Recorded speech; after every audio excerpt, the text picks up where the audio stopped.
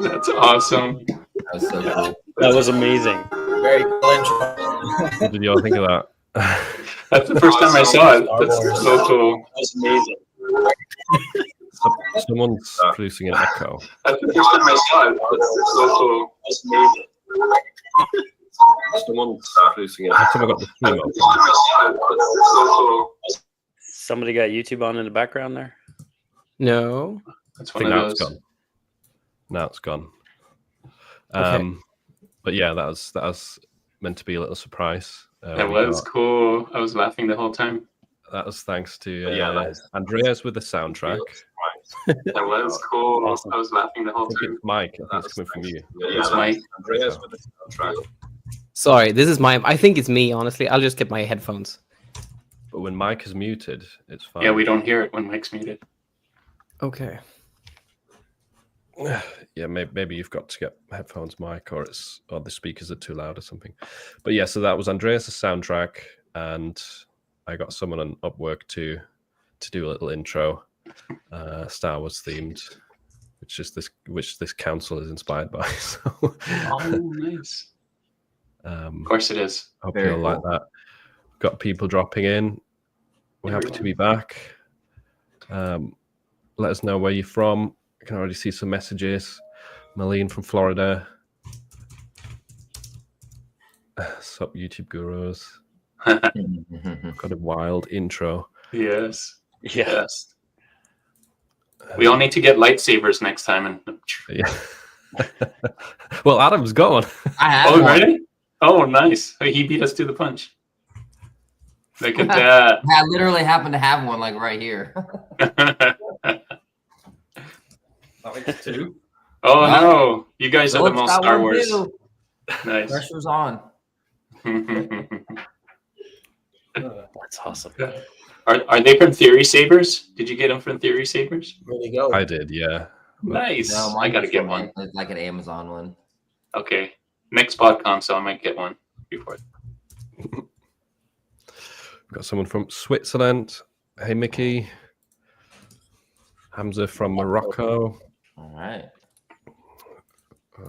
London. Oh, wow. Nice. Hello, Hazel. And we've got Leo from Scotland. Scotland. Cyprus. Nice. Nice. I gotta visit all these places. Put them on my list. I agree. I feel like gonna have to start exploring the world one day when we no longer have our dog. I don't want to get morbid about it, but he's a big animal, so it's not like we can just jump on a plane. But That's I true. can't wait to see more of what's out there for sure. Yeah, you can all come to the UK. I'll give you Okay. a round trip if you want. Absolutely. Yeah. Let's book it. Not that much Mexico of a too. UK travel expert because I just sit in my house working, but I'm here. I can help you out.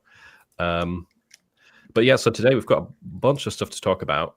A lot of focus on Amazon merch, which is great because we've got 6 Amazon merch sellers here today. And there's been quite a few changes and news.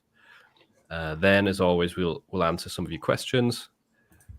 We will do some shop reviews, so there'll be a link in the chat soon where you can drop Etsy stores, TeePublic stores, Shopify stores if you want to. We'll do a couple of reviews and then some personal questions at the end as usual.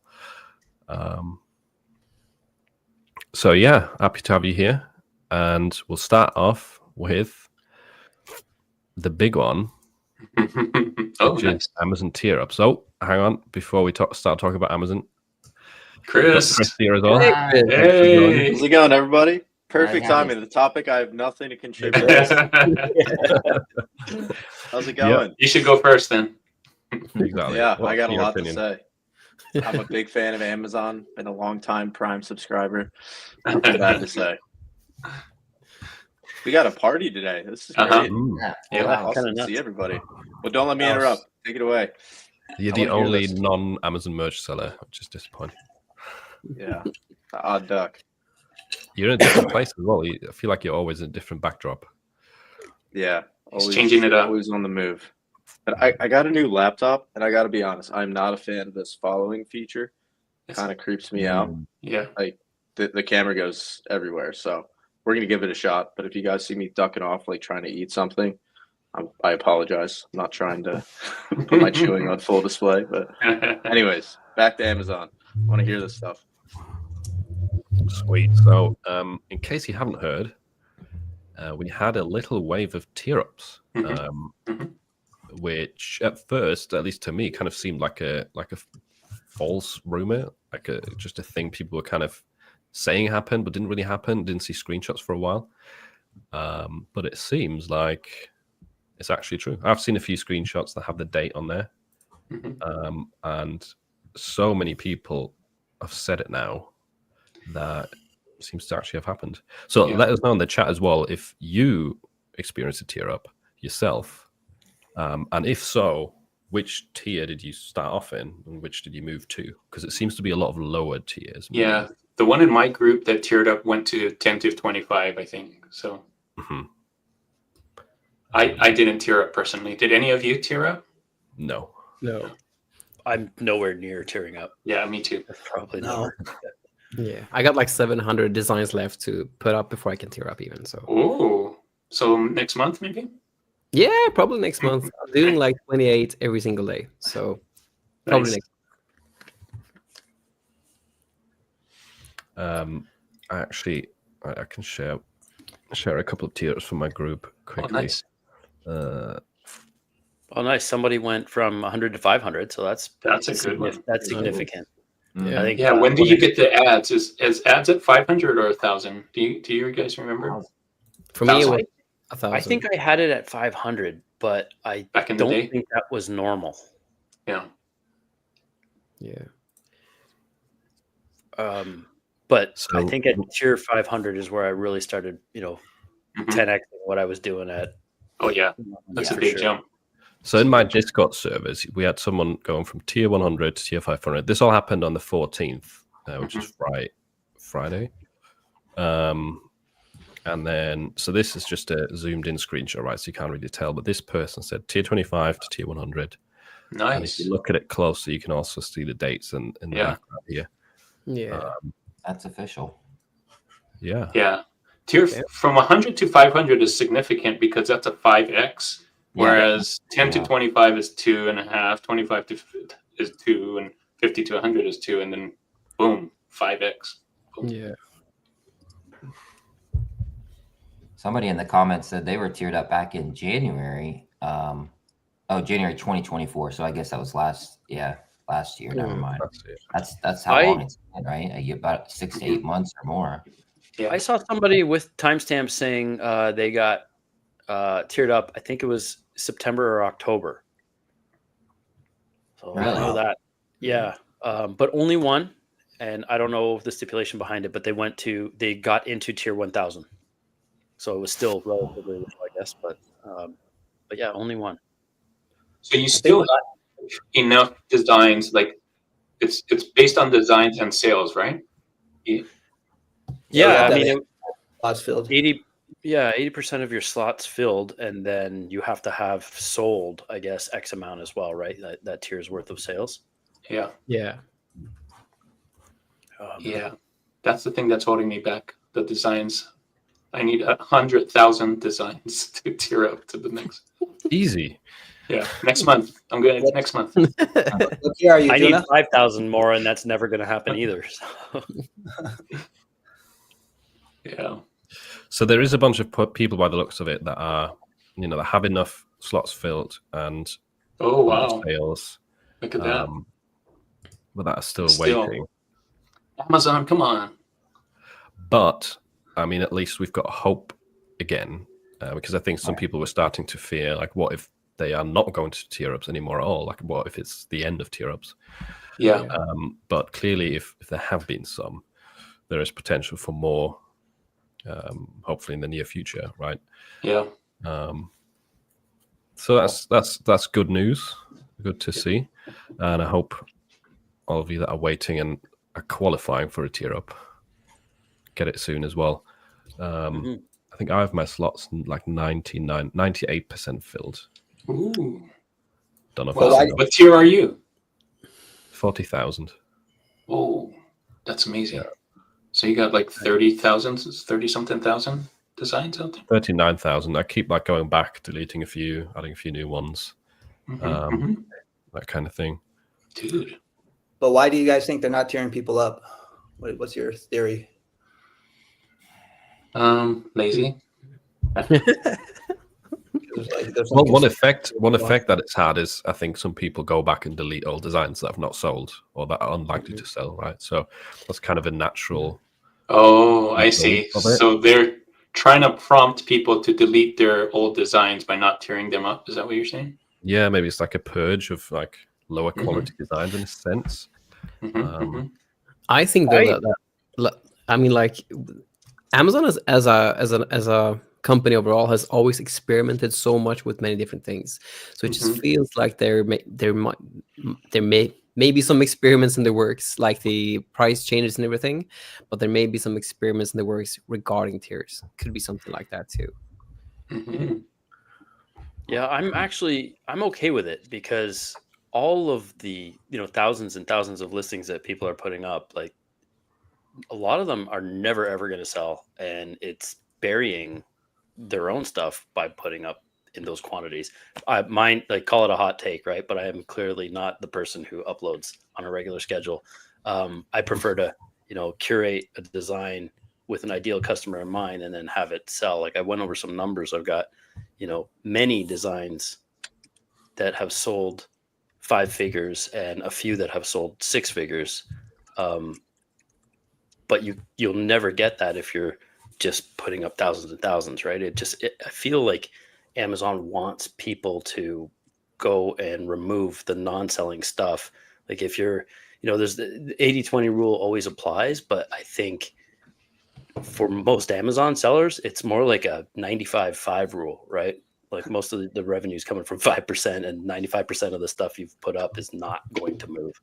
I just feel like it's just super flooded. And who knows, right? With people doing that with automation tools and everything too, maybe there's a bandwidth issue. Maybe they're just realizing, like, hey, this is kind of like ridiculous. We'd rather put our efforts financially elsewhere. I know, it could be just moot because I don't think storage would cost that much, but I don't know, just spitballing ideas. I'm not really sure, but I like the idea that people are going to be forced to cull, thousands of designs in that respect. Well, so that, it's strange because the one of Amazon's goal is to provide like vast optionality, right? And that's the part that we play in Amazon Merch, is like providing loads and loads of design options for all of these different niches.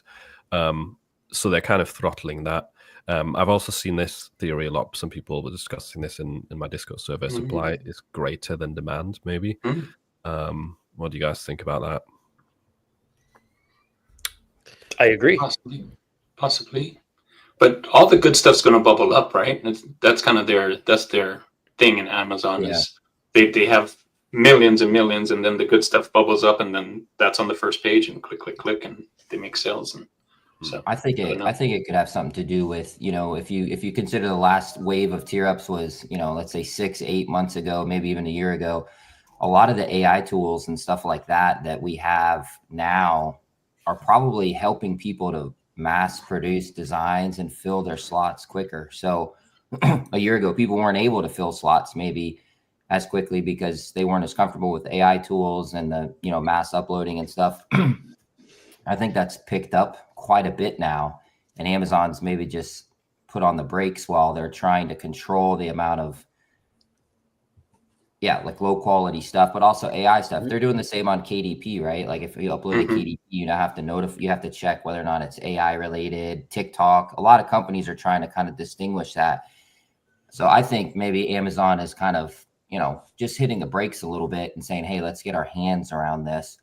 Plus, they gave out a lot of accounts last summer with the Amazon influencer program. And I think that kind of messed them up a little bit, because it kind of let a lot of accounts out there that perhaps weren't playing by the rules, weren't doing the right thing in terms of like uploading and, filling slots, and people were trying to sell them. Seems like ever since around then is when things kind of slowed down with the tier ups and got weird. So I don't know. That's a good point. And all those new accounts were all tier 1000s to begin with, Yeah, right? So they had a exactly. lot of, Yeah. every single one was allowed to flood 1,000 designs, Yep. which is Wow. a lot. That's a good point. And I think with the AI stuff, because we had this point here as well, I think too much AI, there's definitely different kinds of AI designs, right? There are, you can produce really bad AI designs where maybe the background's removed terribly or everything's spelt wrong, the graphics look wonky. And then, yeah, you have like the issue of how do you control that? I don't think there's necessarily anything wrong with using AI in designs if it's done properly. But obviously there will be a lot of people that just upload a lot of random stuff that doesn't necessarily make sense or is low quality. So yeah, that could be an issue that they're facing. There's also someone saying the market is oversaturated as a theory. I don't think so, though. I mean, like the market demand on Amazon is so huge. They have like 30% of all e-commerce is done on Amazon or something like that. So I think there's still a lot less creators than there is like buyers. But there is a very few, probably a set of people that are creating designs that are in demand. Yeah. Yep. And people have been saying the market is oversaturated for years, right? It's yeah. the same 10 years ago. They were saying it about Etsy and POD before Amazon merch even came into existence, right? Yeah. It's a good excuse to not create designs or do POD, right? Yeah, That's what Absolutely. people use. Putting up roadblocks and excuses to, justify why you're not making sales, I think is it's a mindset shift that you have to make, and then analyze what people who are selling, what they're doing differently than you, and just be honest with yourself, right? Like you're clearly not doing what you're doing is clearly not the right ingredients for whatever recipe you're building, right? So be honest with yourself, get out of your own way that way, put the egos aside and just say like, do my designs actually, are they good enough? If not, and you don't want to learn how to design, and outsource it, right? Like there's no shame. Use the AI tools if you're still trying to do, lay out your own text and it's not working for you. Yeah, and like the key thing too with this whole oversaturation thing is that saturation equals demand. That's all it is, in my opinion. So if you like most of the I got this comment on my own YouTube channel like recently that like the product categories that I'm always promoting is usually t-shirts and sweatshirts, but that's because that's where the biggest market demand is. And it's the same thing on Amazon. It's just t-shirts for most sellers that are selling the best. So there's a reason for the saturation, but there's also a reason why it's always selling. It's like 40% of the overall POD market is just t-shirts. So saturation equals demand.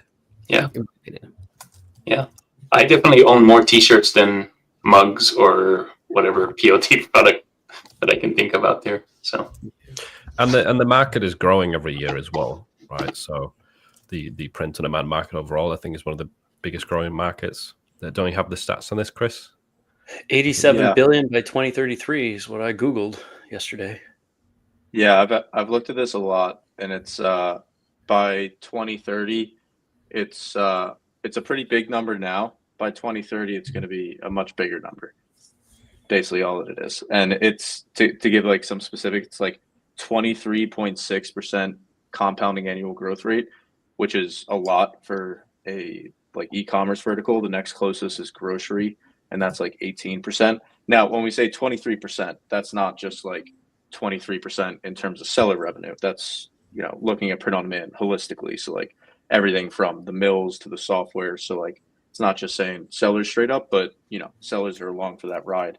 And as somebody mentioned about supply and demand in general, I was an economics major in college, so I spent a lot of time looking at supply and demand charts. Graduated with a 2.8 GPA, not to brag. Anybody who's I was crushing it. Did really well in extracurriculars. Anyway, still looked at a lot of supply and demand charts. And one of the main things I learned is that when the barrier to entry, that's the thing that keeps the supply and demand curve healthy. As soon as the barrier to entry starts to lower, which is time, capital, experience, and then like luck you could add in there as well, which you create your own luck over a long enough period of time. But with AI, as long as the assumption with saying that the barrier to entry is lowering, therefore supply is going to increase, is that we're all competing on like basically the same thing, like shoulder to shoulder, like commoditized. And obviously with like search, find, buy, just marketplace selling, there is a heavy element of that. But when you start creating a brand, and this can be on Amazon or Etsy or Shopify, anywhere, you start competing in like a different, you shift and create like your own like graph entirely.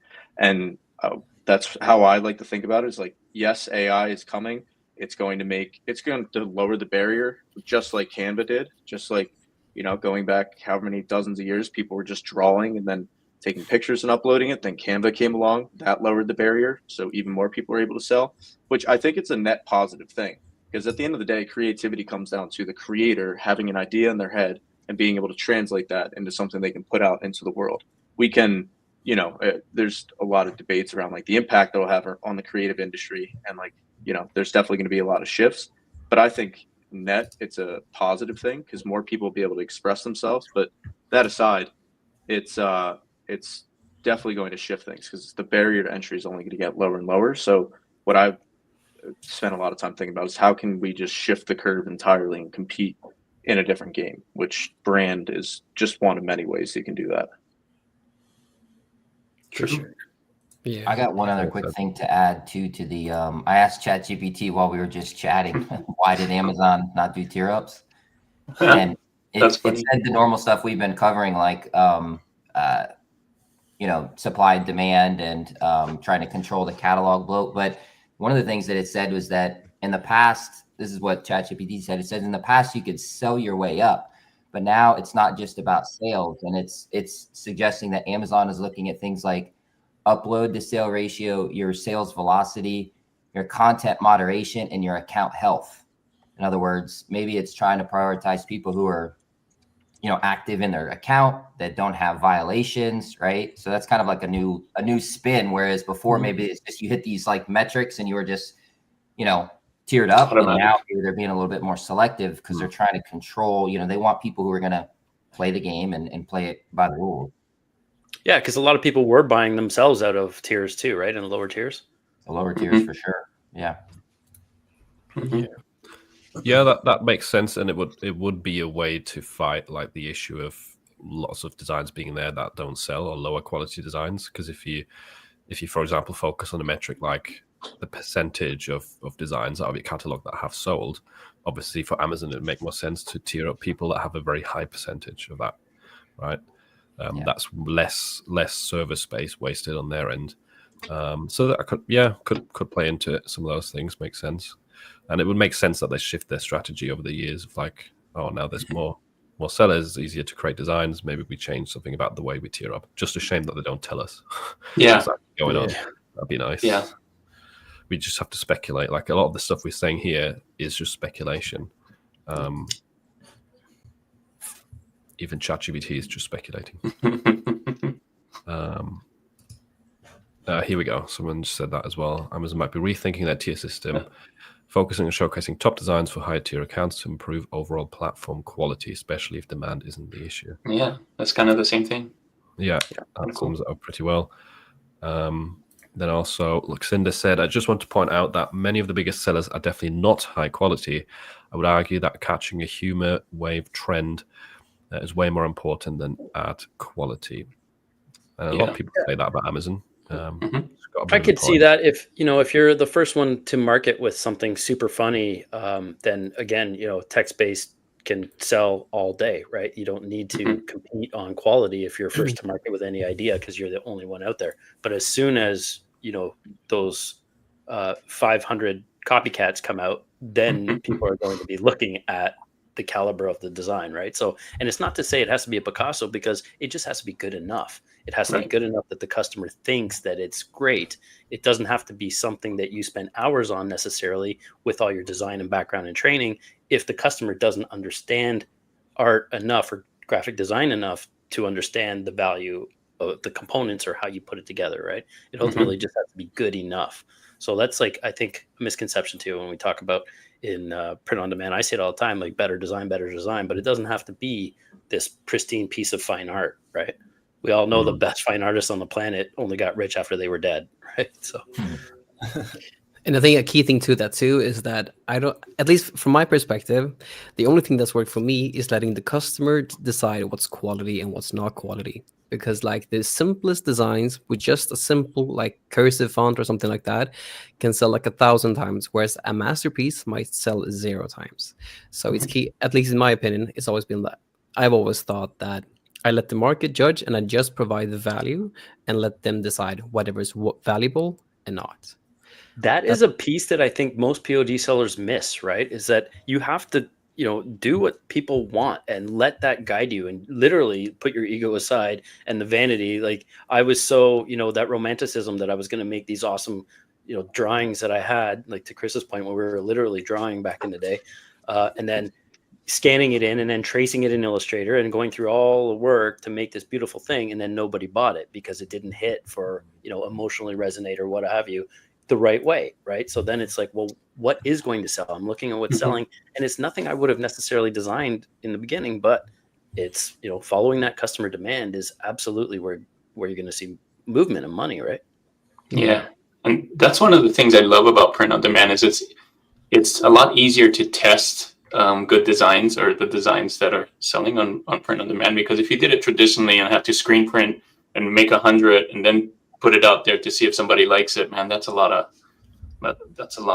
waste. So you could definitely test like 100 different things and get feedback and figure out like, oh, the audience likes this and the audience like this, so I'll do more of this kind of thing. So and this also goes back to what Chris we're talking about when it comes to AI and stuff, because what AI just enables us to do is to just make designs that people want in an easier and more efficient way. Kind of like when the tractor came to agriculture, it made it so much easier to like do the day-to-day process. That's how AI is going to be like with design and with music and most things. It's just a tool. If you don't know how to use the tool, it won't help you in your endeavor. That's my opinion on it. Yeah, for sure. And the low quality design thing that Lucinda was touching on there, like some of the designs are very basic, especially in like humor trends. It definitely depends on the niche, right? That's another aspect of it. You'll see a lot of simple text-based stuff when it comes down to like some humorous trend. But that's not necessarily going to work in a different niche, maybe for Mother's Day, where you have a completely different style. And then it comes back down to like being able to lay out a design properly, having the graphics the right quality, right, and not just taking them straight out of AI as they come in like 1,000 pixels. So there's definitely a different kind of approach depending on the niche and requirement, in a sense, almost. And yeah, so since you're here, Chris, I thought the next topic should also be about Amazon. Yeah. And then if we could go to Etsy next and then circle back to Amazon after, that'd be perfect. Well, actually, this is good because I think this is, a lot of people have asked me, because of the Amazon price caps, and if they do this to the US, what should I do? And I'm like, well, you probably should go Shopify, right? Like I would think that's like, Chris, what do you think about, like, because you can kind of control your maximum price on Shopify, right? You can make it what price that makes sense, whereas Amazon's trying to cap that. And so I feel like the natural transition would be to do something where you have more control about it. So. Yeah, I don't know a lot about what's going on with the Amazon price caps, so I'm curious to hear more. But let me catch you up then. Let's catch you up. Sorry. Basically, what's happened is in some European markets they've capped hoodies and t-shirts. So for t-shirts, it was just the German markets had it changed, where now the max price of that is $17.99, whereas before it used to be $19.99. So the royalties go down from €4 to something like 270, I think 270 euros. And this is for newly listed shirts. They haven't repriced my old shirts yet that are selling at $19.99. I haven't noticed that yet, and I don't know if that is going to happen. Like last time, it didn't happen for me. Last time they did price caps, they didn't reprice old stuff, as far as I'm aware. But anyway, so new t-shirts listed in Germany, $17.99 max, and the hoodies, they've almost changed all of the European markets down to a price where they get about $2 in royalty, which is awful for a hoodie.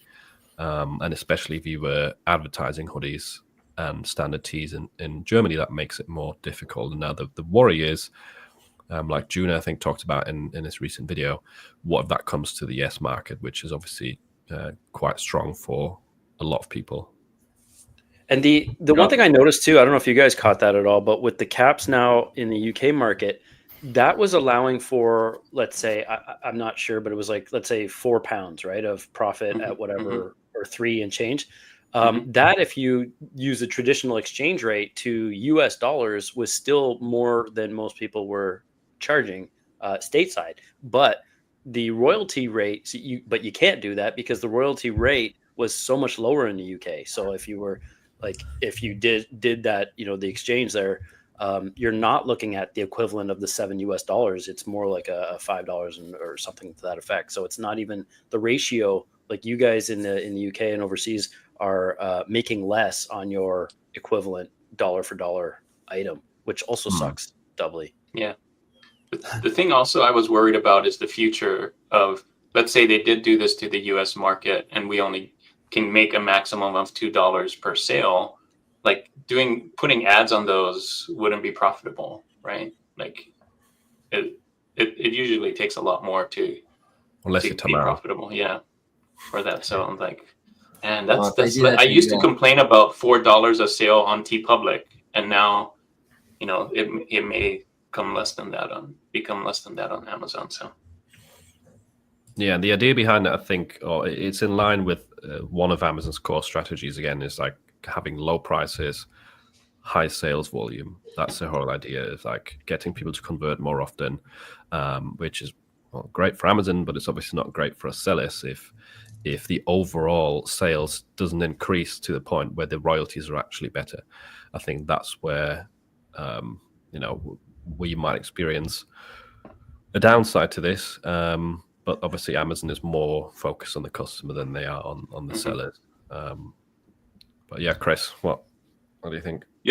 Yeah, that's helpful. So my first question would be, like, in general for a merch by Amazon seller, what percent, I know I'm sure this varies a lot, but like what percentage, I heard like Germany hoodies, what percentage of your overall product catalog now is impacted by this? Like, is it 15 to 20%, but 80% still remains? Probably varies by each person, right? Some people don't even go to those markets. There is a lot of German sellers, which would be more impacted by this, obviously, if they're getting a lot of sales in Germany. But for the majority of us here, I think we're getting most of our sales in the US, so it doesn't really make a big difference. Yeah, it's probably like 10%, I'd say, for everybody. Yeah, because my next question, or it's not really anything anybody could answer right now besides Uncle Jeff, is if this is going to continue to be a trend in the future, and if this is, them test piloting something that we could expect to see everywhere, and that would be obviously a lot more concerning. In terms of the comparing to like Shopify with pricing, obviously there's the trade-off of like the way you drive traffic. There's the acquisition cost to consider. Like our average CPA that we're paying per purchase is like $15 to $20, but our average order value is like 2 shirts, so it's like 1.7 shirts. So we're paying 15 to 20 to get about $50 in revenue. So after product costs, it comes down to about 15 to 20% net profit. That's on the front end. The real benefit to Shopify, and this is why it's like a longer term play, is in the email list that you're building up. Like, to give an idea, last year out of the sales we did, 20% of revenue came from our email list, which is just flows that we set up and sending twice a week, talking about new designs, like honestly pretty simple stuff. That accounted for 20% of sales, but it was 50% of our net profit, because it was, when you send emails, there's no marketing costs. Literally, you're just paying, our cost of goods is about 40%. So if you do 10 grand in sales, about 6 grand of that is profit. But it takes time, obviously, to build up that list. It's not like just snap your fingers, but that's the benefit of it, like snowballing over time. And like, that's the real asset that you're acquiring. Yeah. So that's why I was worried about it, because I'm like, should we prepare now? Like, is the writing on the wall with Amazon? Because they could make the switch at any time. And like you said, it takes a while for Shopify to ramp up. And I would hate to wait and be like, oh, Amazon now switch. And then we're all like, okay, what do we do? So that was kind of my question with my videos. Like, should we be preparing now or something that may come in the future, or do we just wait? It's probably best just to do both and just prepare. Get ready. Hope for the best, but plan for the worst, right? So get Yeah. get some things organized and get ready to pull the trigger. And I don't think there's ever a bad idea to have a plan B or C. Mhm. Diversifying your income makes sense, like whether there's price caps or not. And I think what we have to remember as well, like any business has challenges like this. Is obviously it's annoying that we have a lack of control with some things that are happening on Amazon, but I'm sure Shopify has its challenges where like Facebook suddenly changed something with the ads. Like there's always going to be roadblocks and things that kind of throw you off your path. It's just part of the game. Like if you want an easy business where you're just coasting and doing nothing, it doesn't really exist. This is not it. There's also KDP too, so that's another income stream. Yeah, they probably won't cap that because it's a digital product. It's not a physical product. So yeah, KDP is worth trying. Obviously, if you're not on Etsy yet, and if you have designs that are selling on Amazon, Etsy is something worth trying. So try and diversify if you can.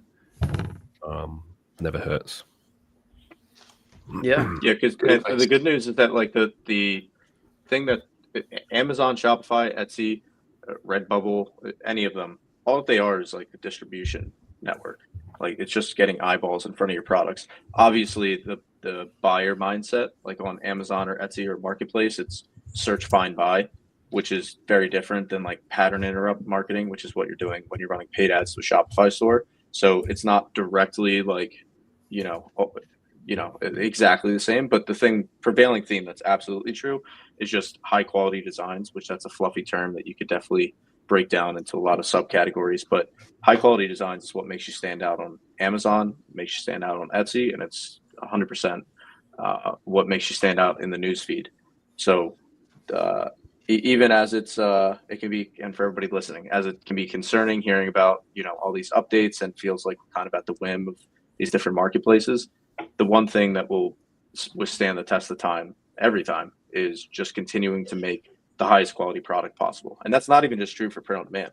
That's like software, consulting, education, just continuing to perform at the highest possible level.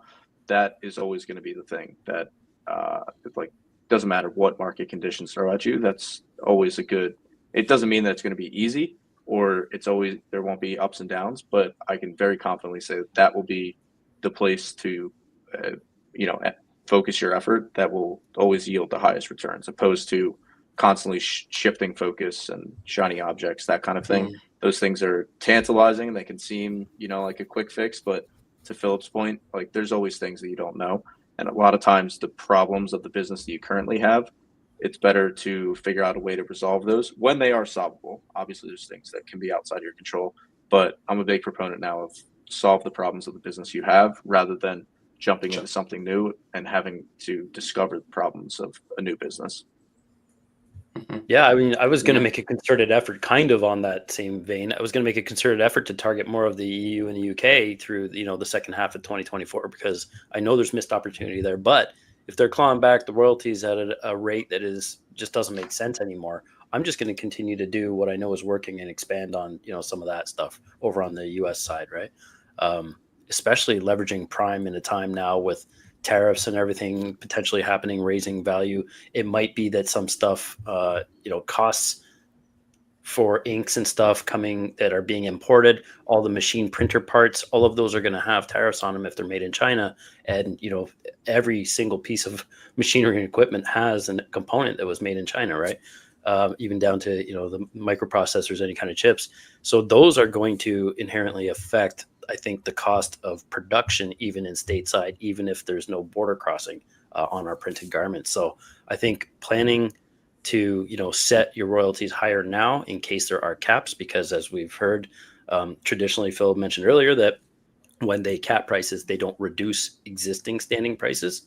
So setting your prices high now may, save you in the long run if you have some good sellers, because they won't reduce those existing listings, right, in price. I think it's that's up for debate as well. I've seen some people say that their shirts were repriced last year. In my case, I still get sales with designs like in the UK, for example, that have the old 1999. Yeah, me too. So I don't know if that's like across the board. But to your point, I also have started now listing, for example, in the US, listing at higher prices initially than I usually would. Like I typically like to start with a lower price to get the first sale more easily, and then I'll bump it up. But now, just as a precaution, I'll upload more, or more likely to upload things that are priced at like 90.99 straight away, just in case. I think that's super smart, right? Like my Q4 or my December totals, my average royalty was $5.23. And most, like, that might seem really low, Chris, to you. And it's definitely super low from the Etsy end for me, because I do double that easily. But for Amazon, that is probably at least 2 times the average person's royalty that I've seen out there in YouTube land. Most people are making $1 or $2 a shirt just to get that sales velocity ball rolling. But I also think that it's not necessary if you're going to pump some ad dollars behind it. But then you also have the money to allocate to ads when you're charging that higher royalty as well. So there's a couple, lots of different strategy, but always been a proponent of, pricing to set yourself apart that way too, from you attract a higher value client at the same time. Yeah. Oh, Chris, you got Hey, new member? Nice. Hey, welcome. I don't know how to write back in the chat, but so I'll just say it. Welcome. Someone else asked, what is KDP? Rachel's an Etsy girl, so she doesn't know. it's like Kindle publishing. It's like ebooks, low content, mid content, high content. So notebooks, coloring books, and it's through Amazon, and it's free. You can join it still for free as well, right? You don't need to apply or anything. Yeah, it's not like Amazon merch. You do not need to apply and 10,000 times and get rejected, 9,999 times. You can just sign up, get going. Same principle, really, as Amazon merch. You can list your stuff for free and make a royalty. It's like Redbubble, but for Amazon. Mm-hmm. But with a massive market, right, on Amazon? Yeah. So next up, and we'll get into some of your questions soon, and do a bit of a Q&A, but next up, another thing I wanted to talk about is any new tools, features of tools that I've been using recently. I know you Andre, as you said, you started to use My Designs, right? Yes, I am insanely impressed by My Designs, and I actually use it every day. And just for perspective, they have a lot of features, so many things, but their best feature is their Dream AI. And just for perspective, like I made some designs, like I put up 28 designs a day in my tier 4,000 account. And then the day after, I actually got 3 of those purely AI designs sold. So I'm insanely impressed by My Designs. With text or just graphics? Text and graphics, yeah. Nice. And in really hot niches right now, super popular right now. Yeah, I'm a big believer in going in where, like, if something is saturated, that just means demand. So I'm in all the big niches. Yep, me too, for sure. That's where the money is. Yeah, that's really cool. Getting a sale next day is already quite rare, at least on Amazon. And you don't run ads straight away, do you, either? Not initially. Organic sales. So getting 3 of that in a row is pretty crazy. Yeah, why do you think Dream AI is so good? Is it just because you're getting sales so quickly, or because you've used other AI tools as well, right? Yeah, I've mainly used like Chris, since Chris is here. I've used Chris's Mystic POD, and I've also used My Designs. I've also tested out Ideogram specifically like a year ago. But why My Designs is so powerful, in my opinion, is that you got these parallel prompts, so you can make like 40 designs in like 2 minutes. And apart from that too, so the bulk editing, the bulk thing is super powerful, but the most important thing is the use of their different models. So I'm a big musician. That's the thing that I'm like done since I was a kid. And if you look at a synthesizer, it's kind of the same thinking. One synthesizer has a specific type of flavor. Like an Oberheim sounds like an Oberheim. A Prophet sounds like a Prophet. A Flux design looks like a Flux design, whereas an Ideogram looks like an Ideogram design. Ideogram V2A Turbo is super good for like retro, like grungy stuff, I've found. Whereas like Flux is really good for like more, it looks not cartoonish, but it has a like more depth in their design. Like more shading, that kind of thing, right? kind of thing. Yeah, exactly. So there's just different flavors, and being able to choose that different flavor is just super powerful, in my opinion. Cool. That's good to hear. I really like Dream AI as well for similar reasons that you've mentioned. There's also something interesting coming soon. Whilst we're on the Amazon merge topic, Snap, the free Chrome extension, which I've had a couple of videos about on the channel. Yes. They're dropping a big update soon where you can actually bulk upload designs to Amazon with a free Chrome extension, which that's never been the case, or never been possible, I don't think. So that sounds pretty exciting. And the update, I think, is pretty much ready. It's just testing some final things on it. But if you don't have the extension, I'll just drop a link to it. Have you tried it? Yeah, I use it quite a bit. I think it's like the new Productor in a sense. It doesn't have as many features as Productor, but it's kind of feels like it's becoming the better version of it, with a lot of cool features, at least on the create page. Whilst you're uploading, it has a lot of handy stuff, and this new update, besides upload automation, also has other cool things, like when you're doing a phone case, for example, it'll add color swatches, kind of like we have for the t-shirts, so you can just quickly click on color swatches rather than having to upload your own with the background or fiddling around with the settings forever. So just a lot of things that make the process easier. It has templates, like you can make color templates, pricing templates. Nice. I'm glad you mentioned it, because I honestly forgot the name of it, and I wanted to download it like the last console that we had. So now I've got it. That's awesome. Yeah, it's great too for the tumblers, right? That's how when I got introduced to it a little while back. You were, when you're uploading, it's only on the one side of the tumbler, but then you can just click two sides, and then it'll automatically pop it on both sides, so you don't have to worry about uploading separate artwork. That's how it kind of came to be. I think it was called something Tumblr as well, and now you can also apply designs to the back with one click to back of zip hoodies, for example. One of the updates that's coming is where you can apply the design as like a pocket style. It automatically resizes it to the pocket size. Cool. You can also, if you have AI designs that are, say, like 30, 40 megabytes, like sometimes they end up being really big, it will automatically lower the file size without sacrificing quality. So lots of cool stuff like that. And I will, Marlene, I will make a video on that once it's live, because that'd be a really cool feature. Yeah, agree with Steven there in the chat. Kudos to Nemo for the. Nemo. He's doing it on his own, and he's done great work with it. I think he'll introduce a donation feature as well with this new update.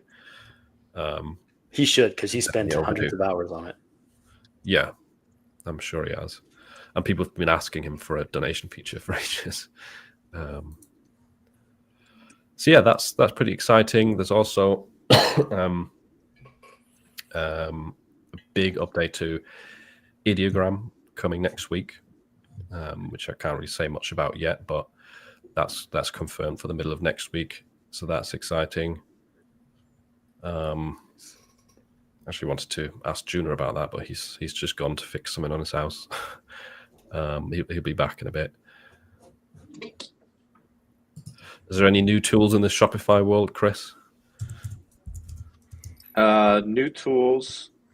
In terms features of apps and everything, we keep it really bare bones on our Shopify store, which is if anybody's, with all the conversations we just had, anybody's considering getting into Shopify, I used to go window shopping through the Shopify app store and just like, oh, that looks good. It's got a cool logo, and just load it up. This is just a quick takeaway. Just completely avoid that. You don't really need hardly any apps. Like your total overhead for Shopify should be like $50 a month plus the Shopify subscription. But yeah, outside of that, nothing new that we're using on the stores. Speaking of stores, so I don't know how much time you have today, Chris, but if you have to jump off early, maybe I'll check if there's any Shopify stores that were submitted. Yeah, I've got 5 minutes. Is That's enough for like 5 stores. I Effective. think we might have one. Yes, maybe we'll just jump into that quickly. This does look like a Shopify to me. So try and share this. Who else is selling on Shopify besides Chris? I know Philip is, but anybody else? I have 2 Shopifys that I've had for over 10 years now that need complete revamping. So I will be going down. I've said it before, but I'll be going through all the replays that Chris has had to get my stuff up to snuff, and then learn how to Facebook promote properly. But are you currently running ads for Facebook on Facebook? I am not, no, but I do get organic traffic still With SEO? So I can't imagine.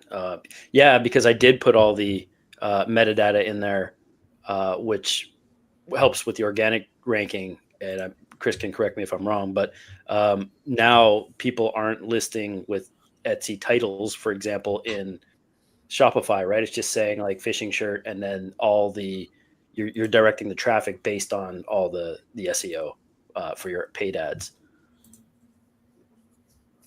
Yeah, you're under faceless head right now, but Whoops. Let me hide that. Hey, no, it's all good. I prefer it that way. It's SEO. There's definitely a play for SEO. When it comes to paid ads, we don't really worry about SEO at all, because the only time people are really getting to our site, it's direct response, right? So it's we're putting a link directly in front of them, and it's getting them to come back to the site. The SEO that we do is like paid SEO, where we basically do, it's like $5 a day, $10 a day Google search. So if somebody's like, oh, I was on that yoga site, what was it called? Like they type in like yoga t-shirts or Yoga Stay, which is one of our old brands, then we show up at the top every time. So there are some people that I know that they do like a lot of backlinks and stuff for SEO, but I would recommend anybody who's getting into Shopify, minimal apps, like you don't need hardly anything. And then on the traffic side, just pick one traffic source. For too long, I was like a little bit of SEO, influencers, affiliates, paid ads. And paid ads is like Pinterest ads, Facebook, TikTok. Like just pick literally one and just get really good at it. And it's just like designing for print on demand, right? Like you want to pick one product type, get really good at it, because it's different. You know, like we're looking at phone cases, very different skill. Like there is some overlap, but very different outputs that, you know, make a top selling phone case versus a top selling t-shirt. Well, what do you think of the look of the store so far? Yes, can you right click off to the side? Oh yeah, mobile view. Yeah, hang on. And what is this? Oh, there we go. Nice. Yeah, this in terms of, I put like products and then the actual site layout separate in my mind. So when it comes to the products, it really just starts with, very similar to what everybody else here talks about, is doing a lot of research and making sure that there is demand for the products and the designs that you're creating. And if there is, I've personally never sold phone cases, but if there is demand for the products and these designs are emulating, like, you know, people aren't just buying minimalistic designs and you're making watercolor stuff, then you're in a good spot to at least test. And the way you can know, aside from just my quick 2 cents, is based on the cost per click of your traffic. Like if it's $2, $3, $4, then it's too expensive. 50 to 75 cents is a sweet spot. But in terms of the overall layout, so we drive traffic to this page here, which is the collection page, and we sort it based on just our best sellers towards the top. And starting off at the top, the collection title should be something related to the niche rather than just like all products, and mindfully made.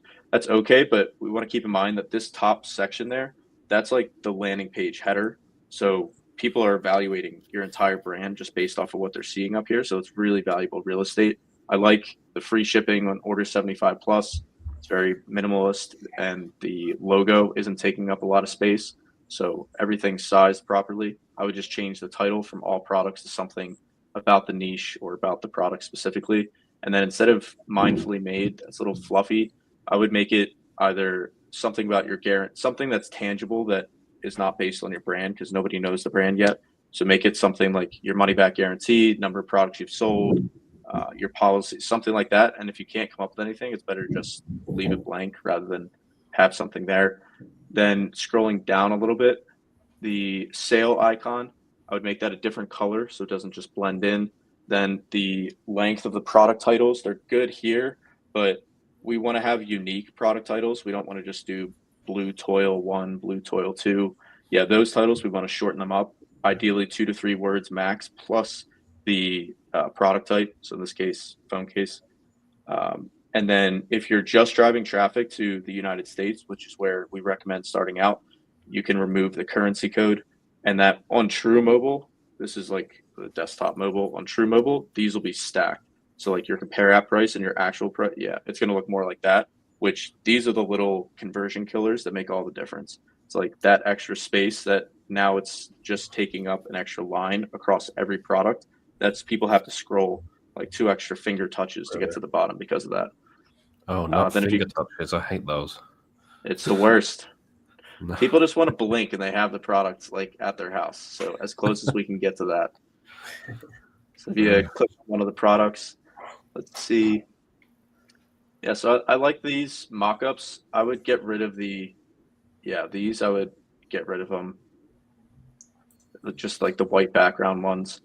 And it depends on what your conversion rate is currently. And I look at add to cart, reach checkout, sessions converted. If the add to cart rate is low, then that's the collection page and product page. Like here, I would hide those thumbnails and make it just they tap like on the main product image if they want to see them. And then that takes back some of that real estate. Yep. And then if you scroll down a little bit more, I turn off Shop Pay, which Shopify would hate me saying this, but they automatically place that pay, they basically plop it in the most prime real estate on the whole site. And there's no way to turn that off. So I just turn it off entirely because only like 5% of people used it anyway. And so then it gets back that real estate. Again, the sale badge, when you change it in one place, it'll change it in the other ones. We want that to stand out more. And then the brand and the model depends on how many variants there are for this, but I like using variant pills if there's a lot of drop down. Yeah, if it's just Apple, then hide that entirely. Then the model, if we click on that one, how many options? There's probably a lot. Oh, you can't see it. I can see there's like 50, 30, something like that. Yeah, I would try to sort based on what the most common models are, make those towards the very top, if at all possible. When we're optimizing for conversion rate in the beginning, I would recommend having the dynamic checkout buttons here, which would basically place like the PayPal logo above that, which quick fun fact is that over 50% of our sessions converted come from people using PayPal because it's the name that they trust. The short description there, I like it, but I would swap it. You want your trust seals to be right under the CTA button. And then I'm not sure what that 411 is, but I'm guessing that's like the product number or something. I would take that out and I would put that inside the description there, like the drop down. Yep. Yeah, and I would make that like the first sentence at the top.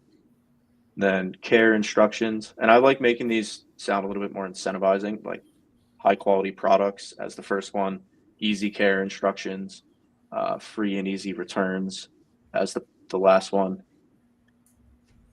Yeah, and if I don't know a lot about phone cases, but if you have to have all those like, approval things in there, I would take out like half of them, like the FSC certified, all that. If it's necessary, then obviously leave it. But anytime there's text, I try to cut away half of it if at all possible. Yep. Yeah, that's fine. A little tutorial. Yeah, this is good. What else do they have on the page? Customers also bought recommended products. I think that's yeah, it. So I would do. Yep. So I would do. It's good that they have recommended products, and overall the site layout. This is like nitpicky stuff, but that's where the conversions come from. The recommended product section, I like splitting this into two. So I do like frequently bought together as one, and I do 4 to 6 products max being displayed. And then I do another section, like another layer of recommended products, and I call that best sellers. And I set it to be the main collection filtered by best sellers. And there I show like another 4 to 6. So it's 2 layers. So it gives Shopify 2 different opportunities to optimize based off of the product that they're browsing on. And then the customer reviews at the end. In any review app, there's an option to turn that off on products that don't have any reviews currently, which is what I would do until you have them coming in. This is so much insight. Yeah. Awesome. What phone cases, baby. Yeah, the store looks really good overall. I'm not sure whose this is, Stepping Green. The biggest question mark that I have in my mind is around the product specifically. And that's also like the great equalizer. Like I've seen people go from like 2 to 3% conversion rates, shoot up to 5 to 6% with no other changes on their site, but they just have much higher quality products. Because and higher quality, again, that could be viral, could be trending, could just actually be a higher quality design. Because the reason for that is that picture somebody who comes onto your store and there's a product that they're like, yeah, I'd like it. I could take it or leave it, but I got nothing else going on, so why not? They add it to their cart, and as they're going through, every like touch point, they're going to be like really analyzing it. And then if they ever see like, shipping price, they're like, yeah, I don't really want it. Then they're going to ban it. Opposed to they have a product, same exact site, same everything, but they have a product in their cart that they're like, oh my God, I have to have this. I can't wait to see my friend's reaction when I put this on. Like, this is so me. Like, it doesn't matter. You could have a horrible site and they're going to like plow right through and you're going to shoot up your conversion rate. So the conversion rate optimization comes down to like all these nitpicky things, making it a clean and like simple buying experience. That's where minimal apps comes in handy because it keeps the site speed loading really fast. But it always, once you've done all those, like the checklist of items, the number one thing that improves not just conversion rate, but overall return is just the quality of the products. And so hopefully that comes as a relief. Like the best product wins. So there's the one place to put your focus. Hey guys, sorry to interrupt, but I got to get going. I got to go take care of my son, so I'll catch you on the next one. That's all good. Thanks for being here, Mike. See you, Mike. Likewise. See you later. Bye-bye. Yeah, I have to hop off as well, but hopefully that was helpful. Super insightful, man. Yeah. I'm learning a ton just paying attention, right? So yeah, details matter everywhere, and I love how it's transcending every platform. Yeah. Oh, thank you guys, and thank you for whoever store that was that offered to share. So yeah, thank you, Kristen. And she But took notes. thanks for having me, Philip. She will It's pay good seeing attention. everybody. I'll Yeah, talk no to you worries. guys. Chris. Thanks for being here. Bye, guys. All right, that was quite an in-depth. It was really cool. Chris. We've got a couple of my Etsy shops, but I want to give you guys the chance to ask some questions first. Yes. And I've already got some saved from earlier. So we've got one right here from Joanne. I have a question. Do you find that the personalized products are the way to go? In my opinion, on Etsy, yes. Amazon, can't really do it through Amazon merch. Not really. You can do it through Amazon Seller Central. I feel like I might have a different take than most on this, but I feel like personalization is a great addition to any and every niche, but I think it's also imperative to learn how to sell evergreen designs to your specific niche. And then you really set yourself apart with the personalization. But I think unless you're just going to be, like selling only personalization would be the alternate route, right? To only go that way. If you're going to be more of a general store approach with a bunch of different products and stuff. But I don't know if I would combine the two without having at least some kind of target audience focus, if that makes sense. I personally don't have any personalized products yet. I really want to get into it. Do any of you have personalized products? I do. Small Sure. amount. Small amount. I have a few on Etsy, yeah. And whenever I look at like best-selling shirts at the moment, usually a lot of them are personalizable. So, nice. And I think Etsy also positions themselves in terms of branding a lot into that direction of like handmade and personalized.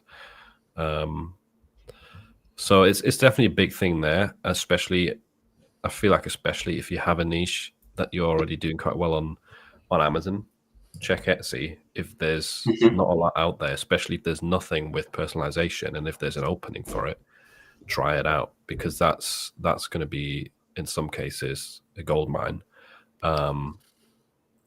Just the key thing with personalization is that if you just keep it simple, like a name and a date, then you're good to go. That's all you really need.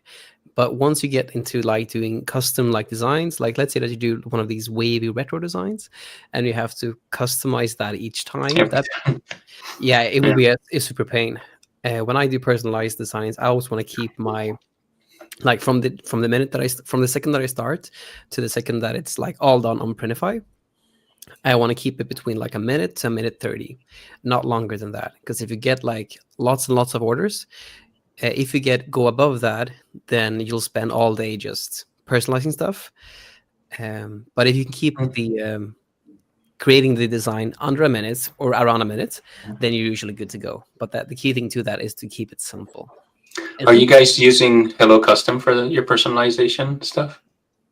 I do on a couple listings, but I don't for all, because personalization on my Etsy shop, on the products that I do, on the listings I do offer personalization, it's optional. So I'll always have something there that is kind of, that can apply to anyone, like say grandmothers, but you have the option of changing that word grandma to something else. But if they don't, so I don't force the personalization option, let them, again, it's removing any barriers to checkout, right? So if it's there, if they want it, but they can easily just buy now.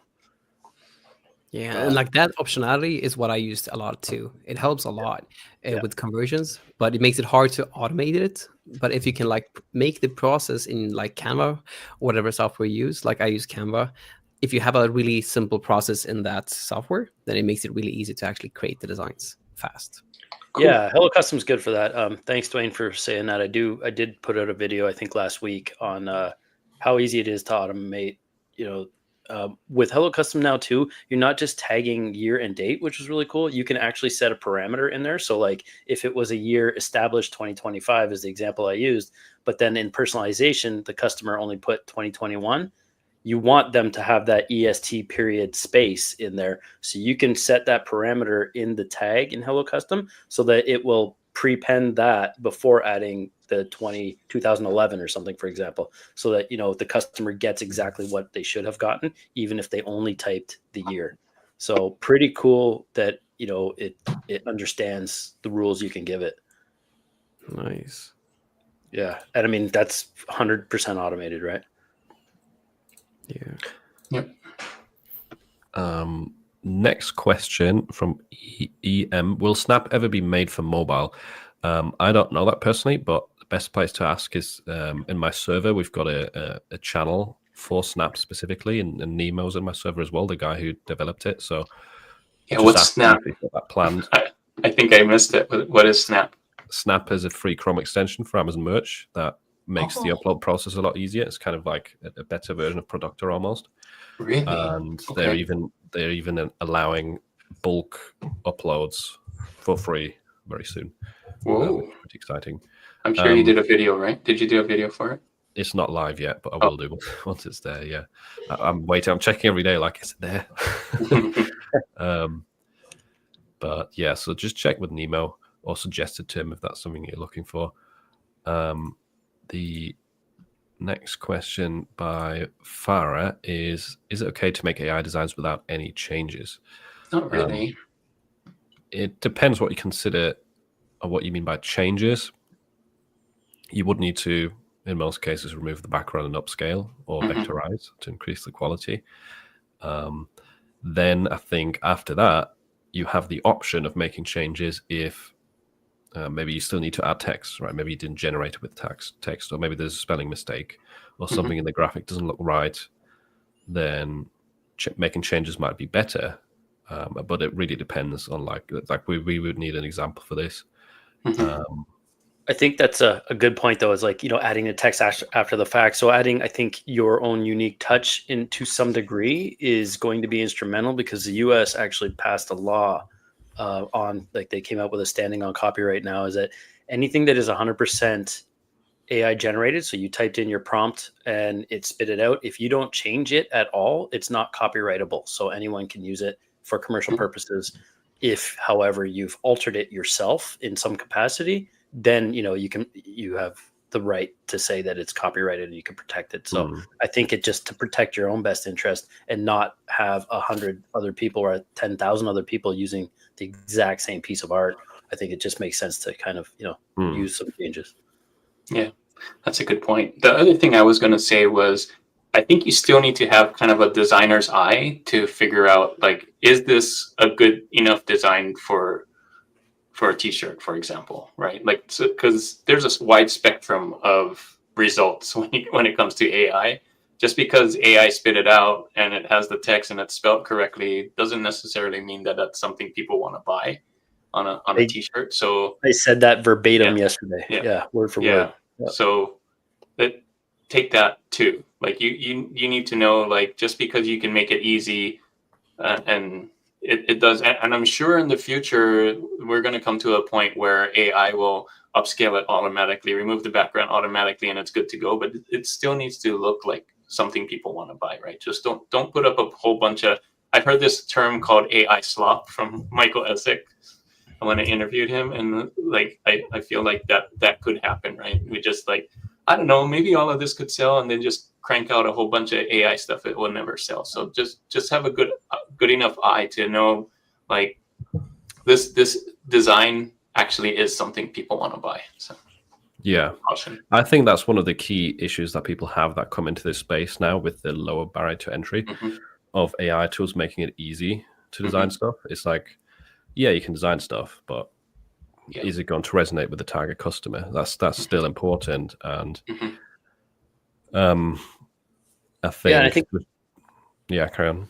I was going to say, that goes back to what Andreas was saying earlier, right? Like, the different specific AI tools put out a different kind of, vibe or aesthetic, largely for specific, designs output. So I think making sure that resonates with your target audience is going to be crucial too, right? You don't want to have something that is, for example, super kawaii looking for a mechanic's design, and you don't want to have, the grittiness of that kind of aesthetic over in a cupcake or baking. It just doesn't fit, right?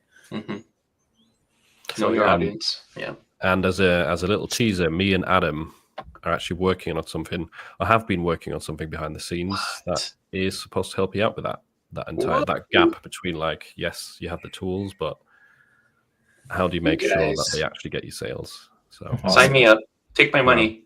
Sign me up. We'll have more details about that soon on our email newsletter. That's awesome. You guys are awesome. So if you want to hear more about it, it'll be on those, both mine and Adam's. I'll just drop a link to it in the chat as well. There we go. Yeah, I'm gonna have to get on the wait list on your email list, because I want to know too. I'm excited. Oh, there it is. There you go. Yeah. Okay. And that also, some of what we talked about also plays into the next question, which is, on social media, people seem to be publicly disliking AI-generated designs. In your opinion, are people freely buying AI designs? Yep. People complain all the time, but they buy it. People want, people want locally made and, all that first, but they're also not willing to pay the price point, and a lot of the time, right? So they're buying everything, and they're all complaining about it from their foreign-made technological devices, right? So, a lot of people just love complaining on social media. That's basically that's what it is for. Basically, that's what we made social media for, is to complain. Yeah. But yeah, definitely. I create a lot of my designs these days with AI involved in the process in some way. It's not always 100% AI, but there's usually AI used in the design somehow. And yeah, I'm still getting sales with them. It's not like now these new designs aren't selling. And since I did start uploading 2023, have also seen that a large chunk of my sales have become designs that have AI in them. So people are definitely buying them. Most people won't even care or realize that it's AI. Yep. Yes, you will see people on social media that complain about this stuff, but that's the same for every topic, and it won't go away. But that doesn't mean that people aren't actually buying the shirts. I think we also have. Sorry, Jay. Go ahead. You're good. I was just going to say, I think the. I'm done. You go, Jay. You go. You were first. All right. I was just going to say the thing is that I think the negativity is the loudest all the time, right? Yeah. That was all. I was just going to say, for us, we might have a little bit of, what do they call that? It's some kind of bias, right? Because we use AI tools. We're in the print on demand space. We can probably identify an AI design 10 times, 100 times better than the average consumer. So I think a lot of the average consumer who's just, the soccer mom who wants a shirt for Johnny's birthday, right? As long as it's got the T-Rex on it, because it's a T-Rex party, you don't care at all if it's AI, whereas someone like us who is in the industry or anyone who's selling and creating these designs, you can kind of start to see the different tweaks. But I still think the average consumer, as long as it is a targeted, a well-made design that meets that target customer, like you guys have been saying, I don't think I don't think that's a problem. I think that most people just add the cart if it checks the boxes they want for whatever that style target audience is. For every one person complaining in social media, there's like another 100 that actually like the thing that's being complained about and that just don't voice it, right? Or don't get seen, which I think applies to a load of things, not just this scenario. And just like AI generated design, there are some bad AI designs right out there. So like, I think that's part of it too. Maybe they're showing like, this has 6 fingers. That doesn't really happen anymore. Or this spells things wrong, right? But obviously you're not going to sell those. So I've sold a lot of shirts with spelling mistakes. You never know. Nice. Well, there you go. Right? Okay, well, my mistake. But they also get returned. I have too, and mine were way before AI. That was just me typing. Humans make that was errors the feature. So what you're saying is AI learned from you and your grammar? you taught AI. It's our fault. Next question. A lot of AI questions today. I love it. Yes, this is awesome. Sebastian's asking, what AI tool do you use the most for creating designs? Ideogram, ? It's definitely one of them. Yep. Ideogram and Flux, in my case, are still the ones I use the most through Dream AI. Or if I'm going if I spend more time on just one design at a time, I usually go to Kittle, where now you can also use Flux and Ideogram in that. But there you have kind of a lot more additional tools as well that you might not find inside of Dream AI. So it depends what I'm doing. If I'm creating a batch of designs, Dream AI. If I'm creating like an individual design, usually Kittle's AI. Yeah, and like Mystic is also a great tool for doing any AI stuff too, along with the Flux and Ideogram. But Mystic is also a super good tool for creating. Yeah, I wish we still had Chris on here to give us some updates to Mystic because I'm sure they're coming this year. How has Mystic been with text-based stuff or text? Yeah, it does it. Yeah, it's pretty good. Yeah. Awesome. I was going to say, I love Ideogram for.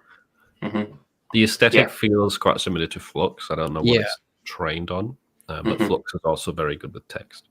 Yeah, it does have that feel, huh?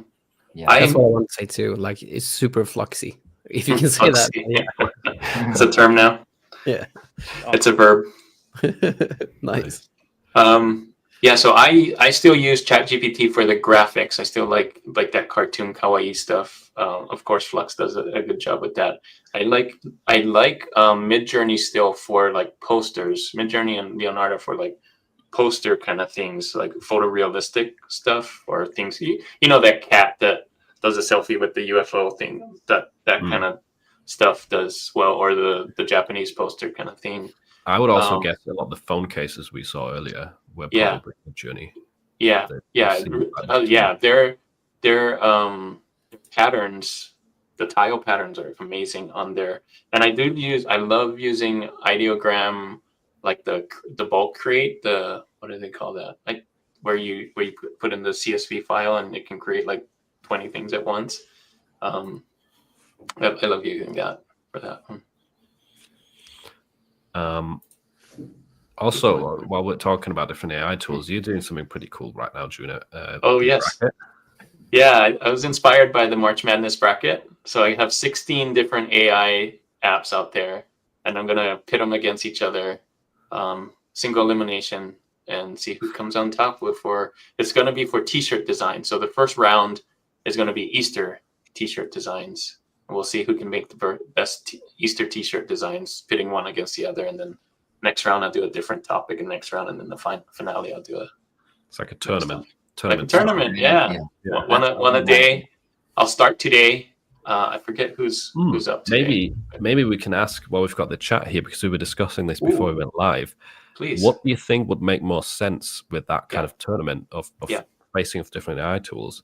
Because Juno was thinking, do I use the same prompt for all of these tools? But then we were kind of saying, well, sometimes the prompts don't really translate very well between tools, right? And a prompt that gets a good result for ideogram might get a terrible result with Flux, when in reality Flux could still create a good design for Easter. Yeah. So the question is, should Juno use the same prompt for all tools, or should it be something in the realm of try and create the best Easter design you can with this phrase and like a bunny graphic, but you have 5 runs. You can change the prompt throughout and run it 5 times, which is, I think, a bit more realistic, because you're rarely going to use a tool with one prompt, generate one image, and that's it. Like, you're usually iterating and trying to figure out what gets the best result. So maybe in the chat, if you could spam one for, or we could do a poll. I'll do a poll. That's probably easier. I think, like a best 2 out of 3 for every. It's not single elimination that way. Like, it's 2 out of 3. Well, give them 5 chances to make the best design for a certain topic and phrase, right? I was thinking, don't worry, be hoppy for Easter, and put in I like puns.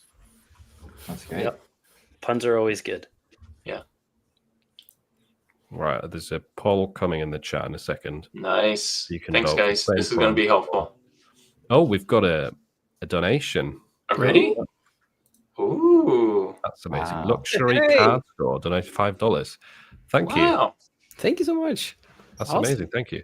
Great info here today. Do any of you use design, and what do you think of it? I don't even know what that is.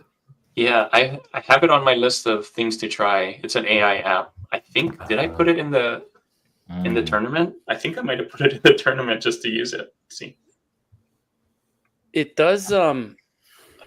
I've only dabbled with it because I think this person may have commented on my channel once upon a time too, and it was I think it did like image to image, so you could upload your image and it would spit you out 4 renditions or versions of it, right? So I don't love tools like that, because it's very easy to just copy other people's stuff with minimal, you know what I mean? Like, it's frustrating that way. But at the same time, I don't know if the results are good. I haven't really played around with it, but that was one thing I saw right away. I think that's one of the things, the features that they have a text to image as well. So that's what I was going to try for the tournament. I have them going up against text to image would be great. Obviously. Is someone's asking, is it free? I think it's free. Says start for free today. I just pulled it up. It does have image to video, which would be awesome to play around with. Yep. I have it going up against Playground in my tournament, so we'll see how it does. Which you can use for free. Yeah. Quite a bit. We have a few members in Jay's inner circle who use it and love it. Interesting. Nice. Yeah, I heard it mentioned a few times there. Try it. So much stuff to try. I know. We've got have you heard about ideogram, Juno? Have I heard about ideogram? Yeah. Yes. I use it all the time. No, I mean oh, the update? Yes. I heard the news. I mean, yes, I heard the news for ideogram. More stuff to try. Yeah. It's coming. I already teased that it's coming next week. Which good. It's coming next week. Yeah. I wasn't sure how much I could say about it, so We can share. I've spoken to them, and we can share images, just nothing like of no details of what's coming. Oh, okay. But yeah, thanks a lot for your donation, Luxury Card Store. That's much appreciated. And we have a bunch more questions. We can probably not get through all of them. We'll do a couple more. Yes. Then there's some Etsy shops to look at, Nice. and then we'll start wrapping up with some personal questions. Personal questions. This yes. one I'll just answer quickly. Matthew, would it be okay to ask feedback from my website? We typically drop a link to a Google Doc at the beginning of the call, and then you can drop your links to the stores in there. So watch out for that on the next live stream. And then what's the next one? Sebastian asked, is POD your full-time income, or at least your highest source of income? It's my highest source of income, probably 60% of my income. Okay. Same. Wow, everyone the same. That's boring. Mine's pretty level with YouTube, the two. Yeah. But it is POD in its own is a full-time income. Yes, it is. It can be a full-time income, but it's not my full-time income yet. Awesome. That was a quick and easy one. Mm-hmm. What else? I would say also though, it can be a full-time income, but I think all of us have been doing it for years, right? Not just 1 year. We've been doing it for multiple years. It wasn't a full-time income for the first 2 years. In the beginning it wasn't. Right.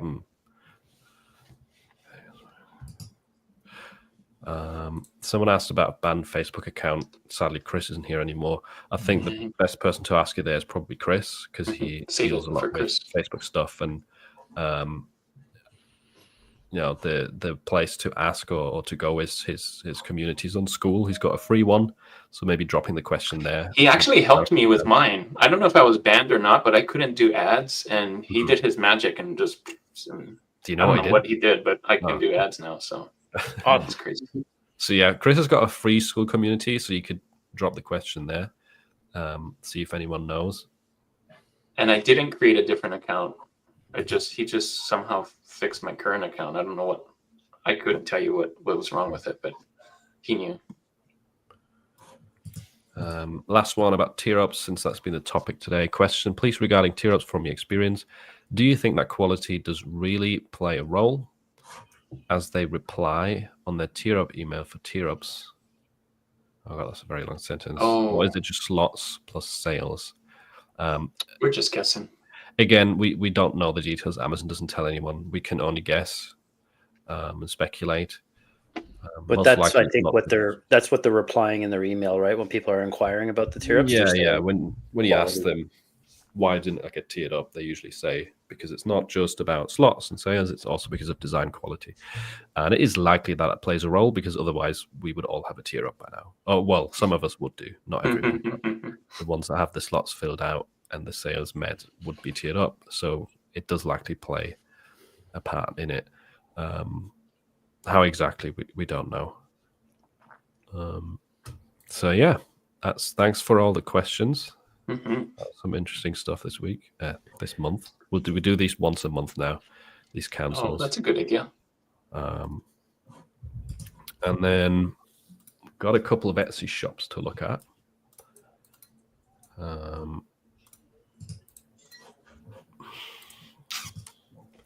First one is this.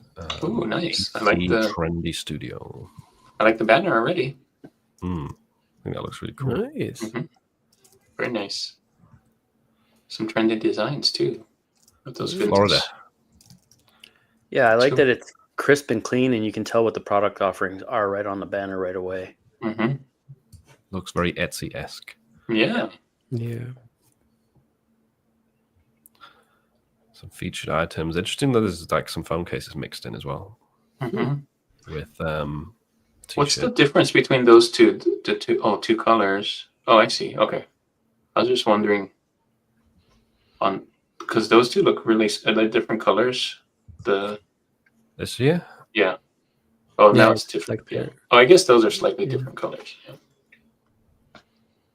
One thing though regarding that video, so in my opinion, like the purpose of a video is to increase the perceived likelihood of achievement, which basically just means that it's easier for someone to visualize how something will look on them if they can see a person wearing the shirt. So if you can use like a video from Placeit, where you can put your design on top of a mock-up on a model, and they are wearing it in a live video, it gives a much better value proposition for the customer when you're using a video. So I would strongly recommend to use that when doing videos, because it really helps to picture the item that they are wanting to purchase. Nice. As far as design goes, these are really nice. The t-shirt designs or apparel designs. I guess they're more than just t-shirts. Yeah, I'm a fan of the kind of old school monochromatic stuff. Always have been. I think it just looks like, and I like that you're doing the tone on tone, not just white on black or black on a light color. Like I like those. How you got the howdy is like that muted brown or orange on that similar tan. Oh shirt. yeah, this over here. Yeah, Yeah, and then the blue on blue, right? The half century on the baby blue or powder blue. It looks. I think that looks awesome. Yeah, this store's been open for reference. Been open since July last year. Yeah, If struggling with traffic. Sorry. If you're in the chat, I'd love to know what your conversion rate is, because it looks like there could be a conversion rate problem if you're like underneath 4% at least. She said This is she's mainly got due a to traffic the problem, but yeah, if you could drop the conversion rate, that'd be interesting. I'm also noticed a quick detail on this. This design, I know Juno will have something to say about it. The black. Yeah, the reverse. Yeah. The reverse doesn't always work, as you might think. But you can. There's a way to solve that, right? I have a video on how to solve that with you put an outline and then you knock it out. So yeah. It doesn't look bad. It looks not a terrible design, but not terrible. Could look better if this is kind of reversed. Ideally all the dark spots there are supposed to be light, and all the colored spots that you're shooting here are supposed to be shadows, right? So like if you ever have a light on something, the shadow should always be darker. Yeah, and she just wrote in the chat that she has a 2 to 3% conversion rate, and that's what I've figured around there. And that's probably mainly because of the images, because you do great designs. It's probably just mainly because of the listing images that you use. I would really be like, it's the main thing that gives people an opportunity to visually get a feel of how it will look on them. But a key thing to that too is that every mockup has to be proven. And what I mean by that is that you would want to find only best-selling mockups and use those. So if you find 10 different listings from 10 different shops, but all have the exact same mockup with different designs on them from shops, and you only use those kind of mockups for your whole store, that will help a lot with conversion rate. But apart from that too, there's way too much text. This goes heavily into what Chris said about Shopify, but this really applies to Etsy too. If you can minimize the text to a sentence or max 2 per image, that will help a lot, because people don't want to read. People just want to view a couple images and press purchase. It goes really, really fast. And in all the honesty, you mainly just watch the thumbnail and press purchase. So simplifying a bit would help. And also that color chart is way too many options. I'd recommend to just have the top 10 selling colors that you can find on Printify Insights, because you can use that data to just see which are the top 10 colors that are actually selling the best. That will also simplify the process for you when you're also fulfilling the items. Because you don't need 5 green ones. You need 1 green color, 1 blue color, 1, and so forth. Yeah, that's a good just point. Creating confusion for the customer at that point, right? There's not enough to decipher, and especially when they're listed all over randomly, right? Like that. Yeah. At least it just makes it's way too overwhelming. The only other thing I would add to that would be niche down a bit. I think you're all over the place, so it's going to be difficult unless you add another 600 plus products.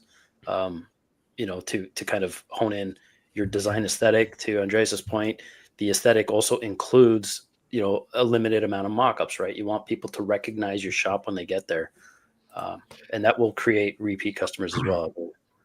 One quick thing as well, the You guys can't see this for some reason when I click on the color options, but there's only 5.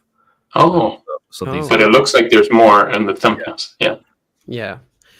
If you can, like, the best and easiest way to utilize colors is to just look at Printify Insights, because you probably get more than 20 sales a month, I think, with because it does look good overall. But if you can have access to that, you can see like the current top 10 best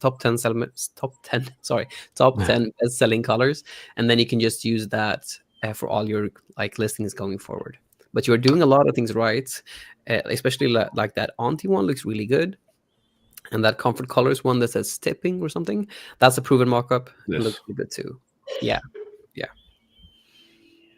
Because the best thing is that sorry. No, go you first. No, I just wanted to say that the good thing when you're using like some of these good mock-ups is that you can really see the design. But apart from that too, you also fill the criteria of like that the mock-up is like it works for other shops, so it will most likely work for you too. Which is why it's so key to only to be like super picky about mockups, like even more than the designs, because once you have the mockups, you know that they are the variable that works. But once you don't have those, you might do the best design ever, but if it don't resonate with the mockup, it doesn't really work. So I would put just a lot of just get proven mockups, and I think that will help a lot. Plus, minimizing the text. It's just going to give yourself more brand cohesion ultimately, right? It's going to look more curated. It's going to look more professional, way more streamlined. Yeah. Exactly. So I had a question on their titles and stuff. So go to Audi 40s, that top one. What are you guys? Yeah, click on that. So I'm just asking for the Etsy sellers because I'm not a big Etsy sellers. What do you think about that title, Western 40th Birthday Squad Shirt Cargo?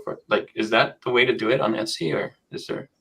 Etsy, that's your limited for SEO to your title ultimately, and then your tags, and then maybe 2 lines of description or whatever as far as Google's indexing goes. So yeah, you kind of have to, as long as the keywords are relevant, right, to the product.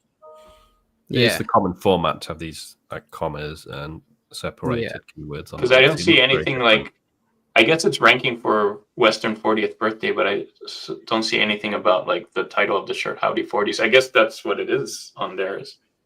I would have probably put Howdy 40s in there as well, only because it's a short distinguisher. So like, how would you remember this particular Western 40th birthday shirt, right? Yeah. Because it said Howdy 40. So yeah, because I feel like this, having it like that without the Howdy 40s is going to put it on the page with all the Westerns, and you might get buried. So I also had another one. I saw another one. Can you go back and then scroll down a little bit? It was down some more. Sorry, I'm not on Etsy, but I'm just curious because go down some more. No, I think it was a little further. I think it's these t-shirts. There, the TDS Army. So this one says comfort, colors, Trump, derangement, go up one. Yeah, that one. Yeah. Is that can we click on that? Is that? Yes. Do you want to put that as the main thing? Comfort, colors, Trump, derangement, like. So on Etsy, comfort colors is hugely searched. I don't know if I haven't actually put it in my listing titles for any of that, but I know my wife does, and it's a converting keyword. It would work. Okay. I might not put it right at the start, but I like to use that for the meat and potatoes of the design itself and the target audience. Just a question. I don't know either way, so that's how I think about SEO. Is, at least from my end, the only thing that's really worked is to be like hyper relevant. So as long as like the niche is in demand, and let's say that there's less, I'm not sure. Like I'm not in the political niches. I've just stayed away from those. But I'm not sure how much in demand this specific niche in the Trump niche is.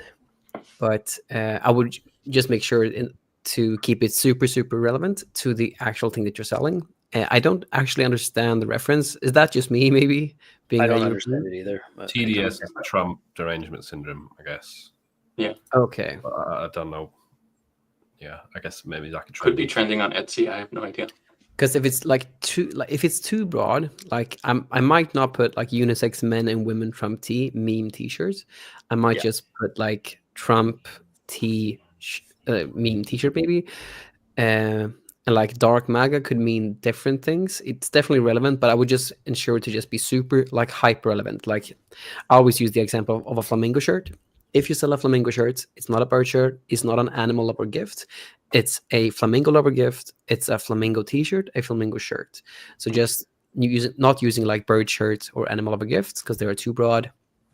Is it's a really important thing, because otherwise, if you put Etsy ads on them, you pop up in related searches to those broad niches, and you just spend a lot of money on almost unrelated keywords. I also might be wrong, but it says Donald Trump supporter gift. I would have assumed this is anti-Trump. Anti-Trump. Yeah. So that may be why it's not ranking or whatever. Yeah. And this is the kind of thing of knowing your niche, right? Because your customers will see right through you if you're kind of towing both lines at the same time, or not titling something properly if you don't completely understand what it is you're trying to market, right? If you're just trying to ride coattails of some trending stuff, but you don't, use your SEO properly or title something properly, then, people will know that you're an imposter ultimately in that niche. You're just trying to chase sales. Hope that makes sense. That helps. Yeah. Awesome. Overall, it's really great. I love the shop aesthetically. It looks really good, and trying to get you more traffic. A lot of things are looking great. Hopefully, those tips help. Thanks, Kamaida. I'm going to jinx the name. Thanks for submitting that. And we've got one more Etsy shop. Ooh, cool. The grungy closet. Different. Nice. So right away, same thing I'm seeing on the banner, right? The reverse negative. The skulls are white. Mm-hmm. The cavities are black. That's how it's supposed to look. That's kind of backwards. Can be fixed. Yeah. 49 sales, star seller. Can you see how old the shop is? If you press 2025. Oh, that's updated. Whoops. If you press Everbee, like there too. Nice. 2024. Okay. Nice. Right, I'll be right back. I'll let you guys carry this one.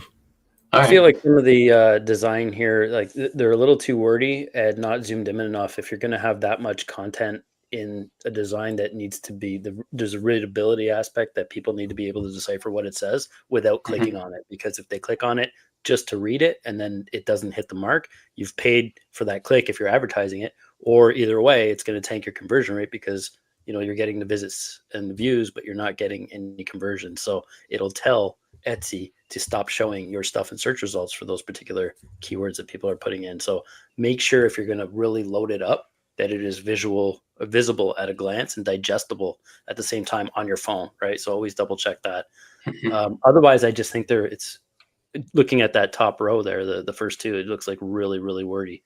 I would agree.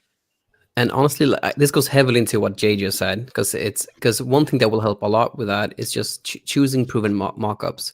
So one of the main variables to actually get sales, because again, people can't touch this, they can't try it on, so they have to visualize it by the images. So the images is just as important, if not even more important than the design itself.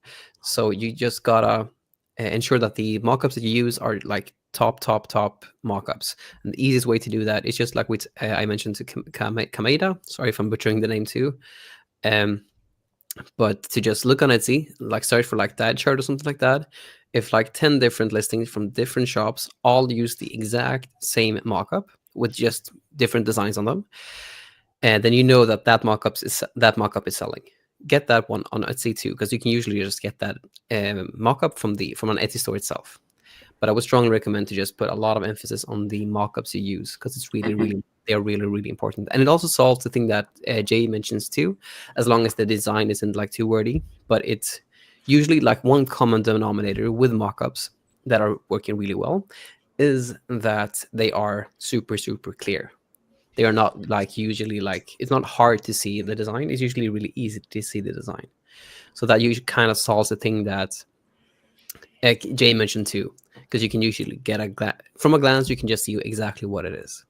And just to piggyback on what you said too, Andreas, is like, with buying your mockups on Etsy, you can find a shop that has mockups that suit the niche or your ideal customer or the several ideal customers in your niche that work for your shop, and then buy their whole shop package if they got one on sale, because typically they're going to make mockups that look a certain way more consistently than just having random stuff from Placeit, for example. It looks like most of this is all Placeit.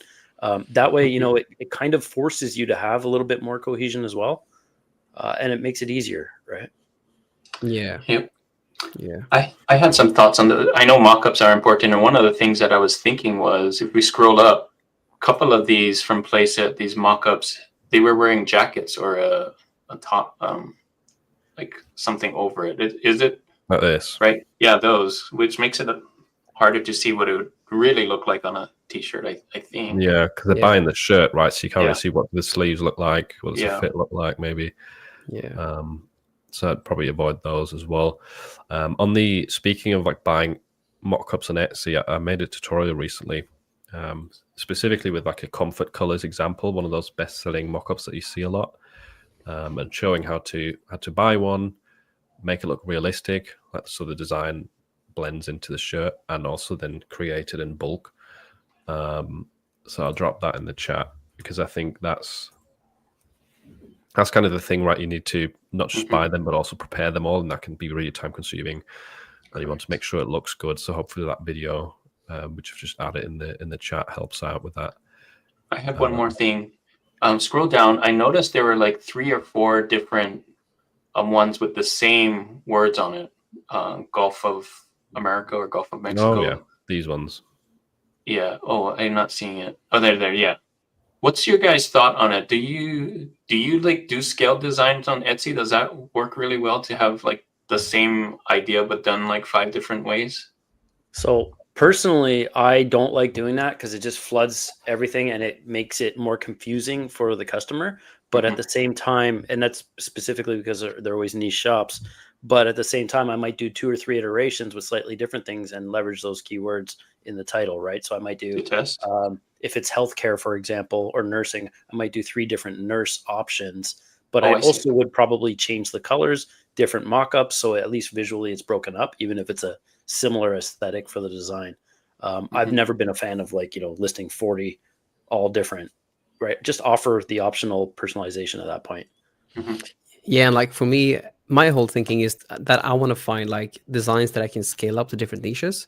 So I would just research, like get a master list. I talk about this a lot on my channel, but like get a master list of like 5 to 10 shops you want to be like, get their backend data through Everbee, and then just go from top to bottom and just see what like commonalities there are between like designs, and try to combine the design elements into something new.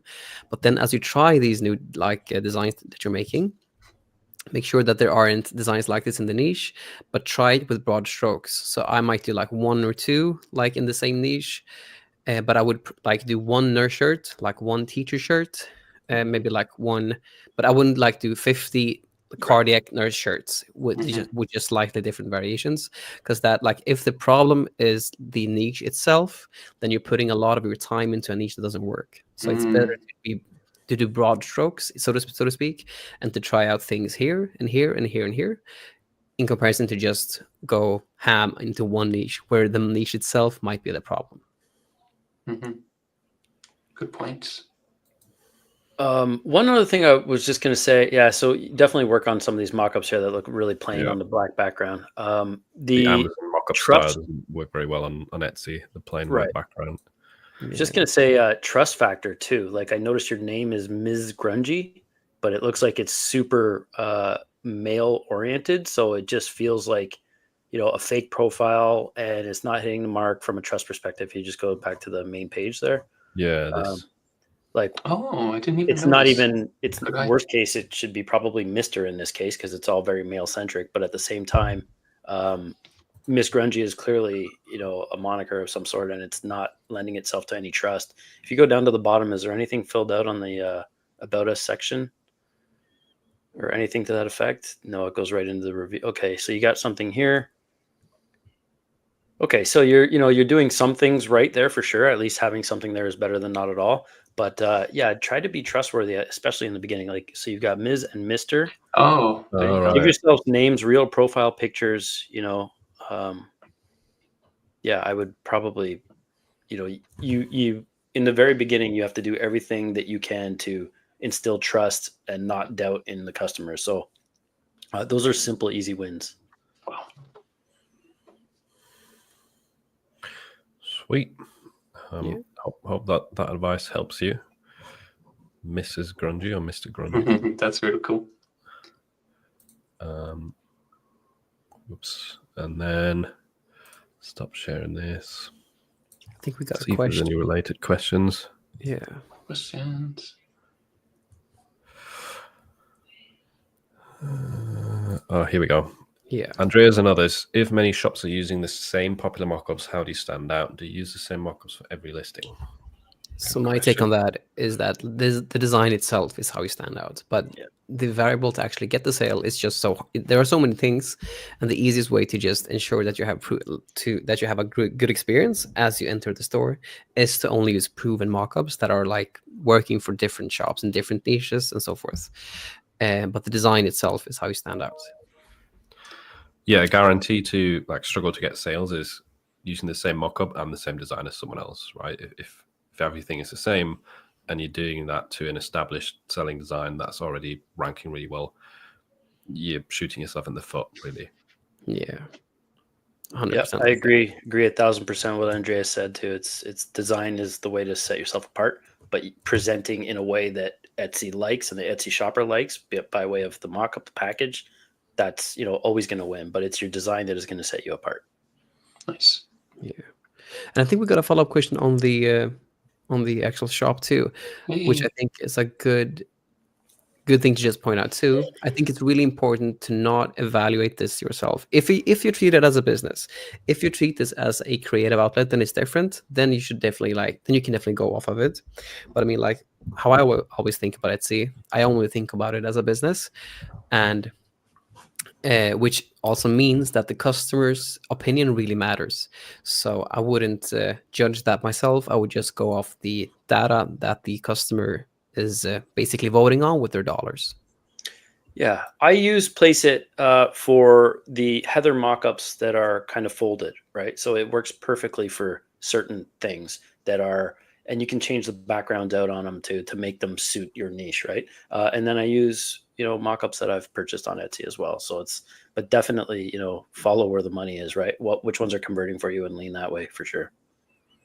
Yeah, and I mean Placeit is perfect for using video mockups, but I haven't found, at least myself, I haven't used the static ones for my shop. I've just used the ones that I basically found on Etsy and purchased them off of the stores that they purchased it from Etsy.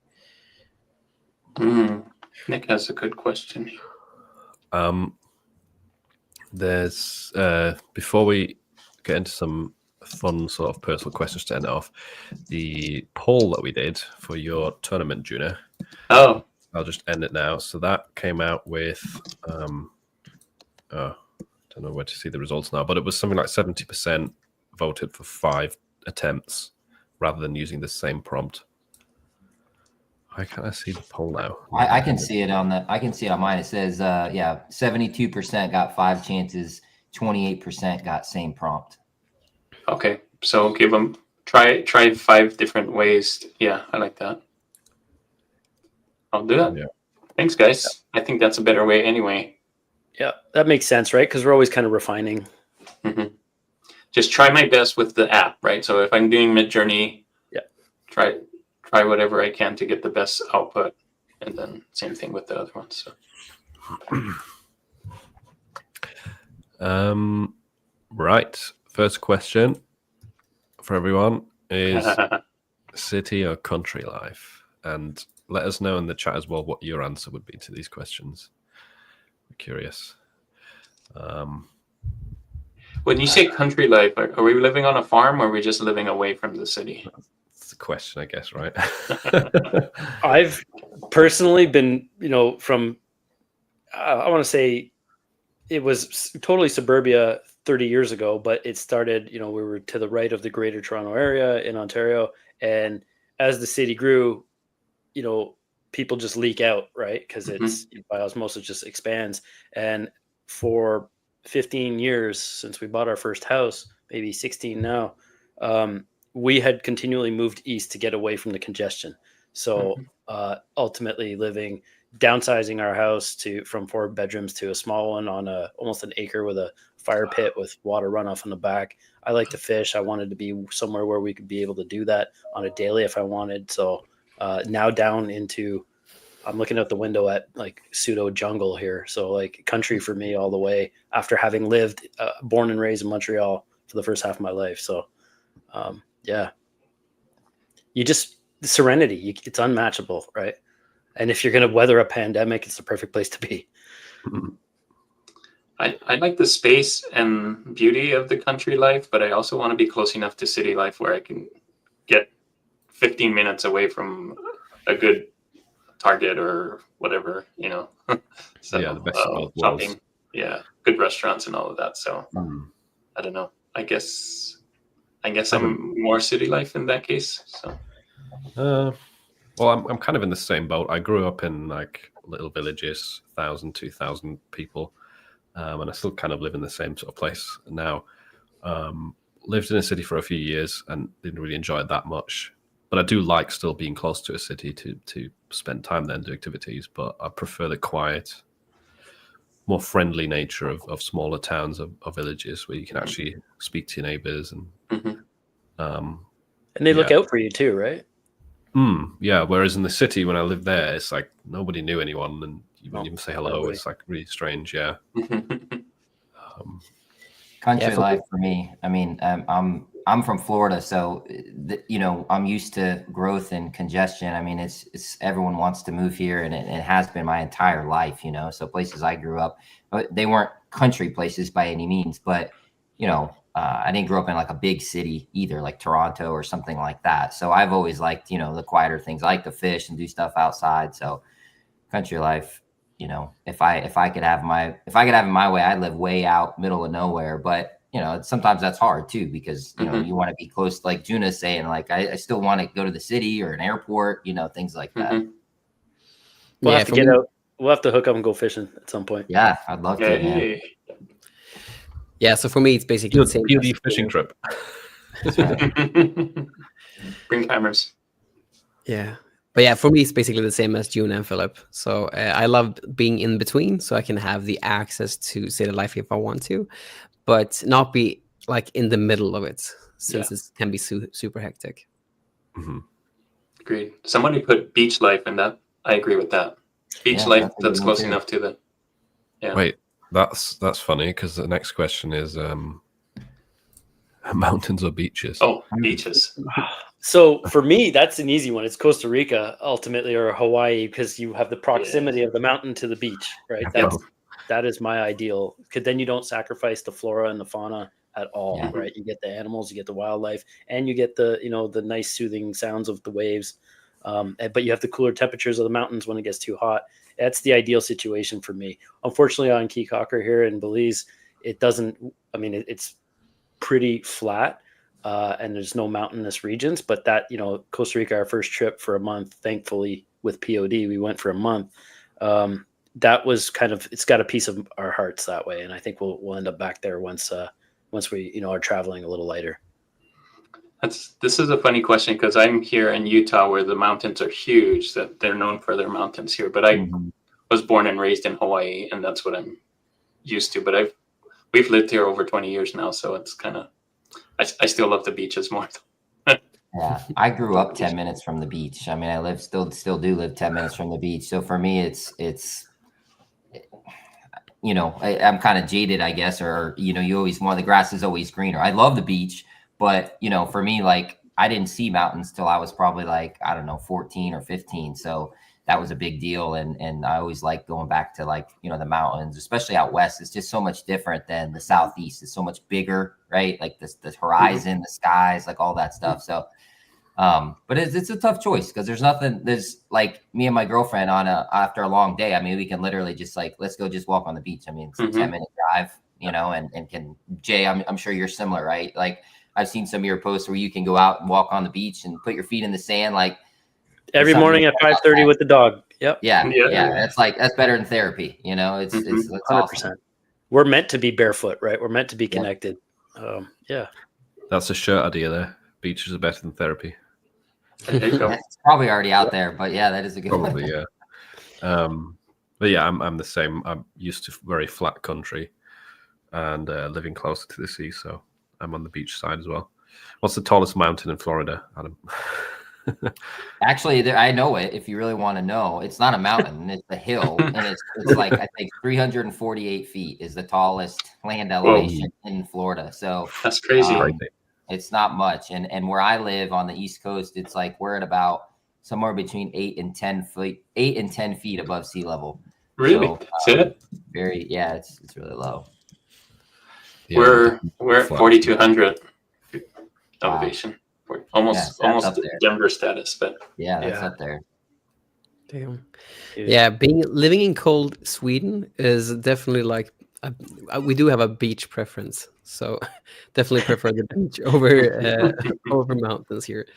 Yeah, but you have probably amazing powder for snowboarding or whatever. Oh, some of the best in the world. It doesn't melt, right? It stays cold up there, so it's always fluffy. Yeah, like nowadays it kind of like definitely like it's a bit warmer, but there's definitely like places in the north of Sweden that are super cold almost all year round. Sounds like we need a PLD council in like Cancun or somewhere like near the beach. California would be cool too. Yeah. Someone's asking you live in Belize. I do, yeah. November, we're almost like 14 and a half months. So November was a year. We drove down from Ontario, Canada through the States down to Texas and then hired 2 guys in a cargo van where we returned our rental and then hired 2 guys with a cargo van to drive us through Mexico. Neither of us speak Spanish and didn't want to deal with any potential ramifications, not knowing the language or, getting stuck or stranded anywhere.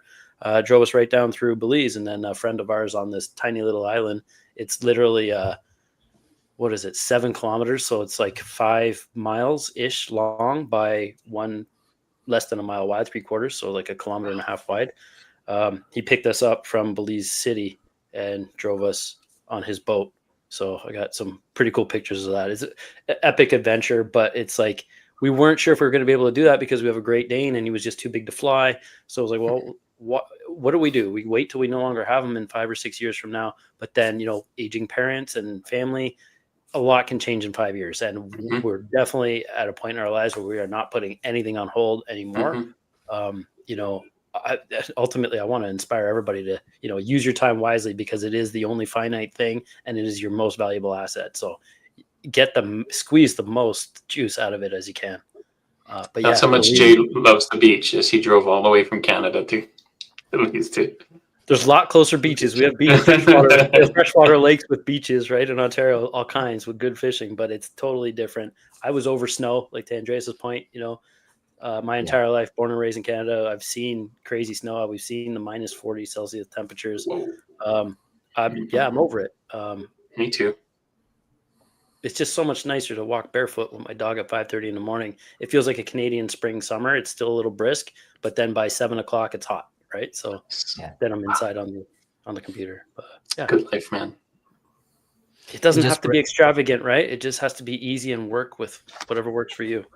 Yeah, and just for reference, minus 40 Celsius is not something that I've even experienced, but like minus 30 I have, and it's hard to breathe in minus 30 Celsius. It's really damn hard to just do that, and like your nose hairs kind of get frozen. Yeah. So minus 40 is insanely cold. Yeah, well, that's one of the things that we've always said, right? Is like we're tired of living where the air hurts your face. It does hurt your face. Yeah. Like it's stuck. Oh yeah, when you start to runny nose and you sniff and then it all just sticks together, right? Freezes. Or and you can't eyelashes get stuck shut, frozen shut. Yep, and you can't run at all outside anymore at that point in so yeah, it's definitely hard. And the last one is book or movie. Movie for me. Movie all day. Movie. I am reading a book, but it's not like an adventure book or anything. It's more like productivity books, but like movies for adventure and that kind of Prefer stuff. listening to books. Yeah, a lot faster. I can't do that. I get distracted. Like I can't focus. I can't, have music on in the background even if I'm designing anymore. Me too. Focus. Too much ADD and too much easily distracted. For reading now, I've started recently reading again, but I'm using Blinkist because it'll take like a 2-hour read and chunk it down to 15 minutes, so I can get through an entire book really quickly. What's it called? Yeah. Blinkist. It's an app. A subscription app, but I can read books for 15 minutes before bed. Because any more than that, I'm passing out anyway. Probably. Same.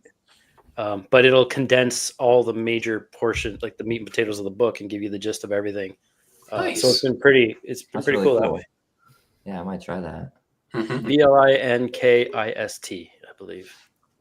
I heard an interesting take recently as well from Hermosi about reading books. And like some people focus more on like volume of books reading, but sometimes it actually makes more sense to read like the top 5 high quality books or most influential books on you, read them multiple times, right? Rather than trying to just read 100 books a year. Really get it. Yeah. Read the good books multiple times so you actually take it in, which I thought Let was it interesting. resonate, right? Yeah. Yeah, absolutely. Yeah. And this is about it's not about fiction books, right? I guess we're all talking about the same thing, which is non-fiction educational stuff, productivity, mindset, or mindset for sure for me. Stuff like that. Yeah. Business books, marketing books, whatever it is. And yeah, I think that's important to note because I think there is some people who kind of read in order to be able to brag about how much they've read, but then how many of those books were actually useful, or how much do you remember out of those books? I think is the other question as well. Yeah. Well, I think it comes full circle with what we're talking about, right? It's like putting the quality over the quantity. Yeah. Again. So yeah, let us know in the chat. No one said anything yet, whether you prefer movies or books. Yeah, these questions are meant for everybody, not just us 5, right? Exactly. Yeah. More people chimed in on the beach life stuff. Hawaii with snowboarding would be ideal, Matt Galloway says. And you know what? BC was good for that because it could be May, but there's still snow in the mountains, but you could be riding in a t-shirt. I haven't been out there, but I have friends who, I've never been out west. And like Adam, I hadn't seen a real mountain until like late 20s, I think. But yeah, people are out there riding in a t-shirt because it's hot, but there's still snow on the mountains. So it's kind of that'd be cool to experience, I think. Yeah. Lastly, this has been asked a few times now by the Sigma Mindset. What would be your most important tip for someone who's just starting out in POD? I would say get to know print on demand before you just jump in. Like, you do your research. What's the best print on demand site that works for you and your styles? Like, if you pick one of those print on demand sites, then figure out what's selling on there. Like, do your research. A lot of it goes into research instead of just jumping in and then not getting any sales and not knowing why, right? So I think there's a lot out there that can help you first. Yeah, and I think research is probably one of the most important things when it comes to just know what to actually do. But I've learned this from my mentorship. It's so important to just take action. Just take the first step. Like, either if you're doing Etsy, just focus on Etsy, and if you're doing print on demand, for instance, like we talk about here, get your Etsy store, put your design up, and just get going. And your first designs won't really be good, but that's how it was for every one of us. And it's just important to just take the leap and get going. That's probably in my opinion, the most important thing, to not get stuck in the planning phase and just put the reps in, so to speak. That's a good point. Yeah, a lot of them get analysis paralysis, right? And they don't do anything because they're just stuck in the research part. So yeah. I would have two tips, two things that are important. One is try and cut out the noise of different YouTube videos and just focus on one platform to begin with and one tool at a time. Like, don't try and subscribe to all the tools at the same time and learn them all at once. Try and focus on just one thing. And the second tip is it's probably going to take a while to get sales, even if you have uploaded 10, 20, 100 designs. That's almost the same for everyone that I speak to. It was the same for me. So that's very normal. So if you're starting out with POD and you're experiencing that, we've all been there. Yeah. I'll piggyback off that just with mine. Mine is just, be consistent, like be resolute, like don't give up, don't throw in the towel. Like the person who wants to make print on demand work and says, I'm going to figure this out, I'm going to adapt to the challenges, like you're going to eventually find success. You're going to hit roadblocks, you're going to hit barriers, you're going to get discouraged when things don't sell.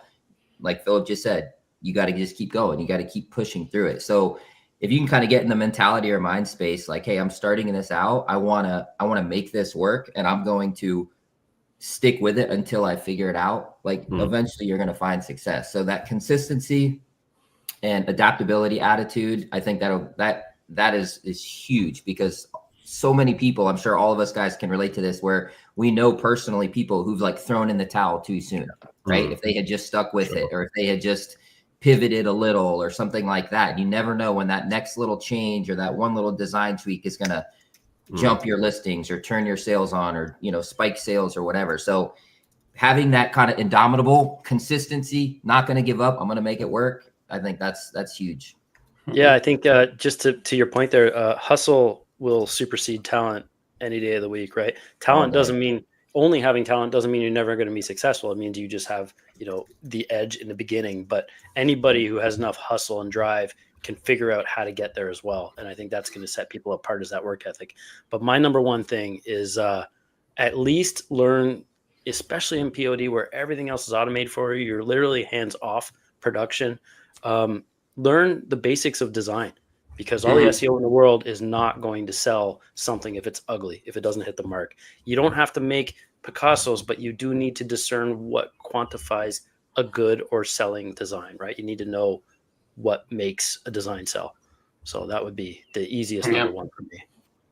Yeah, I hear that one a lot. Like people want to get into the t-shirt design business, but have no idea what a t-shirt design looks like, or ever bought a t-shirt with a graphic on it or anything, right? So and one last thing I want to add as well is it's easily, I think especially in this space, it's very easy to drop off too soon, because it's a very very lonely business, right? You just sat on your computer most of the time on your own. You don't really have, at least in real life, much of a community. And I think that's why community is also really important in print on demand. That's why we all have Facebook groups or Discord servers, or some of us have paid communities, because there is all these challenges, especially in the early stages, which are difficult to face on your own.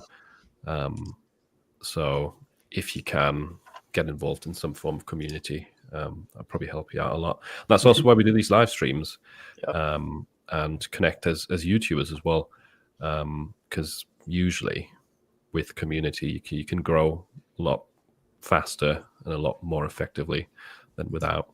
And get over that and it's super period. lonely, right? As a solopreneur. It can be. Yeah, definitely. I look forward to just getting on here and chat with you guys and networking. I mean, it's really, it's kind of, it can really, from can be a lonely sort of, solopreneur, people at home, we aren't in the office, but iron sharpens iron. I mean, I learned something from all these guys. Like every time I watch you guys' videos, and it's really like you can get into this space and get involved where a rising tide can lift everyone. You gotta post, you gotta ask questions, you gotta maybe put some stuff out there and not be shy, and that can really kind of propel you to the next level and provide some great motivation. Definitely. Keep going. Last thing, I thought this would be a fun one to end on. Do you guys wear your own designs mostly in regular life? No, not at all. Sometimes. I have a sorry for what I said when I was docking the boat. I mean, it just makes sense to wear it here. It's funny, right? Where it's like a method of transportation here. But normally, no, I wear stuff that I think is, something totally different. I don't wear a lot of novelty stuff that way, but I've worn a few, but most of mine are from, you know, where I've bought some of my own designs for like a test sample, or to like, you know, just get a BSR, and then, you know, they're just shirts laying around, and I just, oh, it's clean, and I throw it on. But I don't really like, I don't design my own wardrobe and wear it out, you know. Yeah. And I mean, like, I think I've ever like ordered like 3 to 5 samples or something like that, and I've done over 7 figures in revenue on Etsy. So not really for me. I design for the customer, but not for me. It'd be like being an artist and hanging your own art on your wall, right? Yeah. It could be profitable though if we have our YouTube channels and then this is my design, you know. But I don't do that. We have the wrong audience, I guess. I will say though, I have worn my own designs when I've made a few like matching Christmas outfits for family, and then obviously you wear your own design as part of that. But besides that, not really very often. I have some mugs with my own designs on them, Cool. just because they're fun mugs, make people laugh, and that's that's kind of often the case with PED designs. I think it's more about the response of like other people that see it than you wanting to wear it because it looks cool on you or something. So yeah, that's been a really long live stream, 2 hours 16 minutes in. Very active chat this time. So thank you all for joining. Thanks for all the questions and the feedback as well on Juna's challenge and everything. Yes, thanks guys. That's going to make it a better challenge, I think. I'm going to have to cram that all into a shorts though, but we'll make it work. And thank you to whoever submitted shops, right? Because it takes a lot of guts to put yourself out there that way. You know, and that's one of the things that I think you guys all would probably echo. But in my particular community, and I'm sure it's the same for everybody else's, we build our communities on trust that way, and getting out of your own way and putting your ego aside. So it's not about hanging on to these 500 designs in your shop that you don't want to show anybody, because obviously if you're not selling, no one's going to rip them off, right? Have that growth mindset where you know that, you know, the faster you can show and share in a community, to Adam's point, iron sharpens iron, man. So, you know, let's get everybody selling as fast as possible. Yeah, for sure. A lot of fun. Yeah, we'll be back in April. Around late April, hopefully. We'll see what kind of other news we'll talk about in April. Time. Yeah. Hopefully lots of tier ups and higher royalties. And the nice thing about POD is that it's consistently evolving, right? There's always going to be something. So it's great. I mean, we can go 2 hours plus every single chance we get, right? For sure. Yeah. Oh, this is a nice message. Each of you have had a big influence on me and my new shop.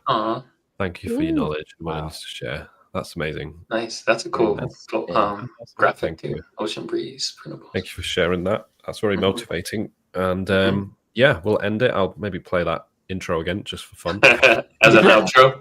To end the stream. In reverse? Yeah. Nice. Oh, in reverse. Nice. That'd be hilarious. But yeah, we'll see you next time. Thanks. All right, guys. Thank you all for joining. See you guys. See you guys.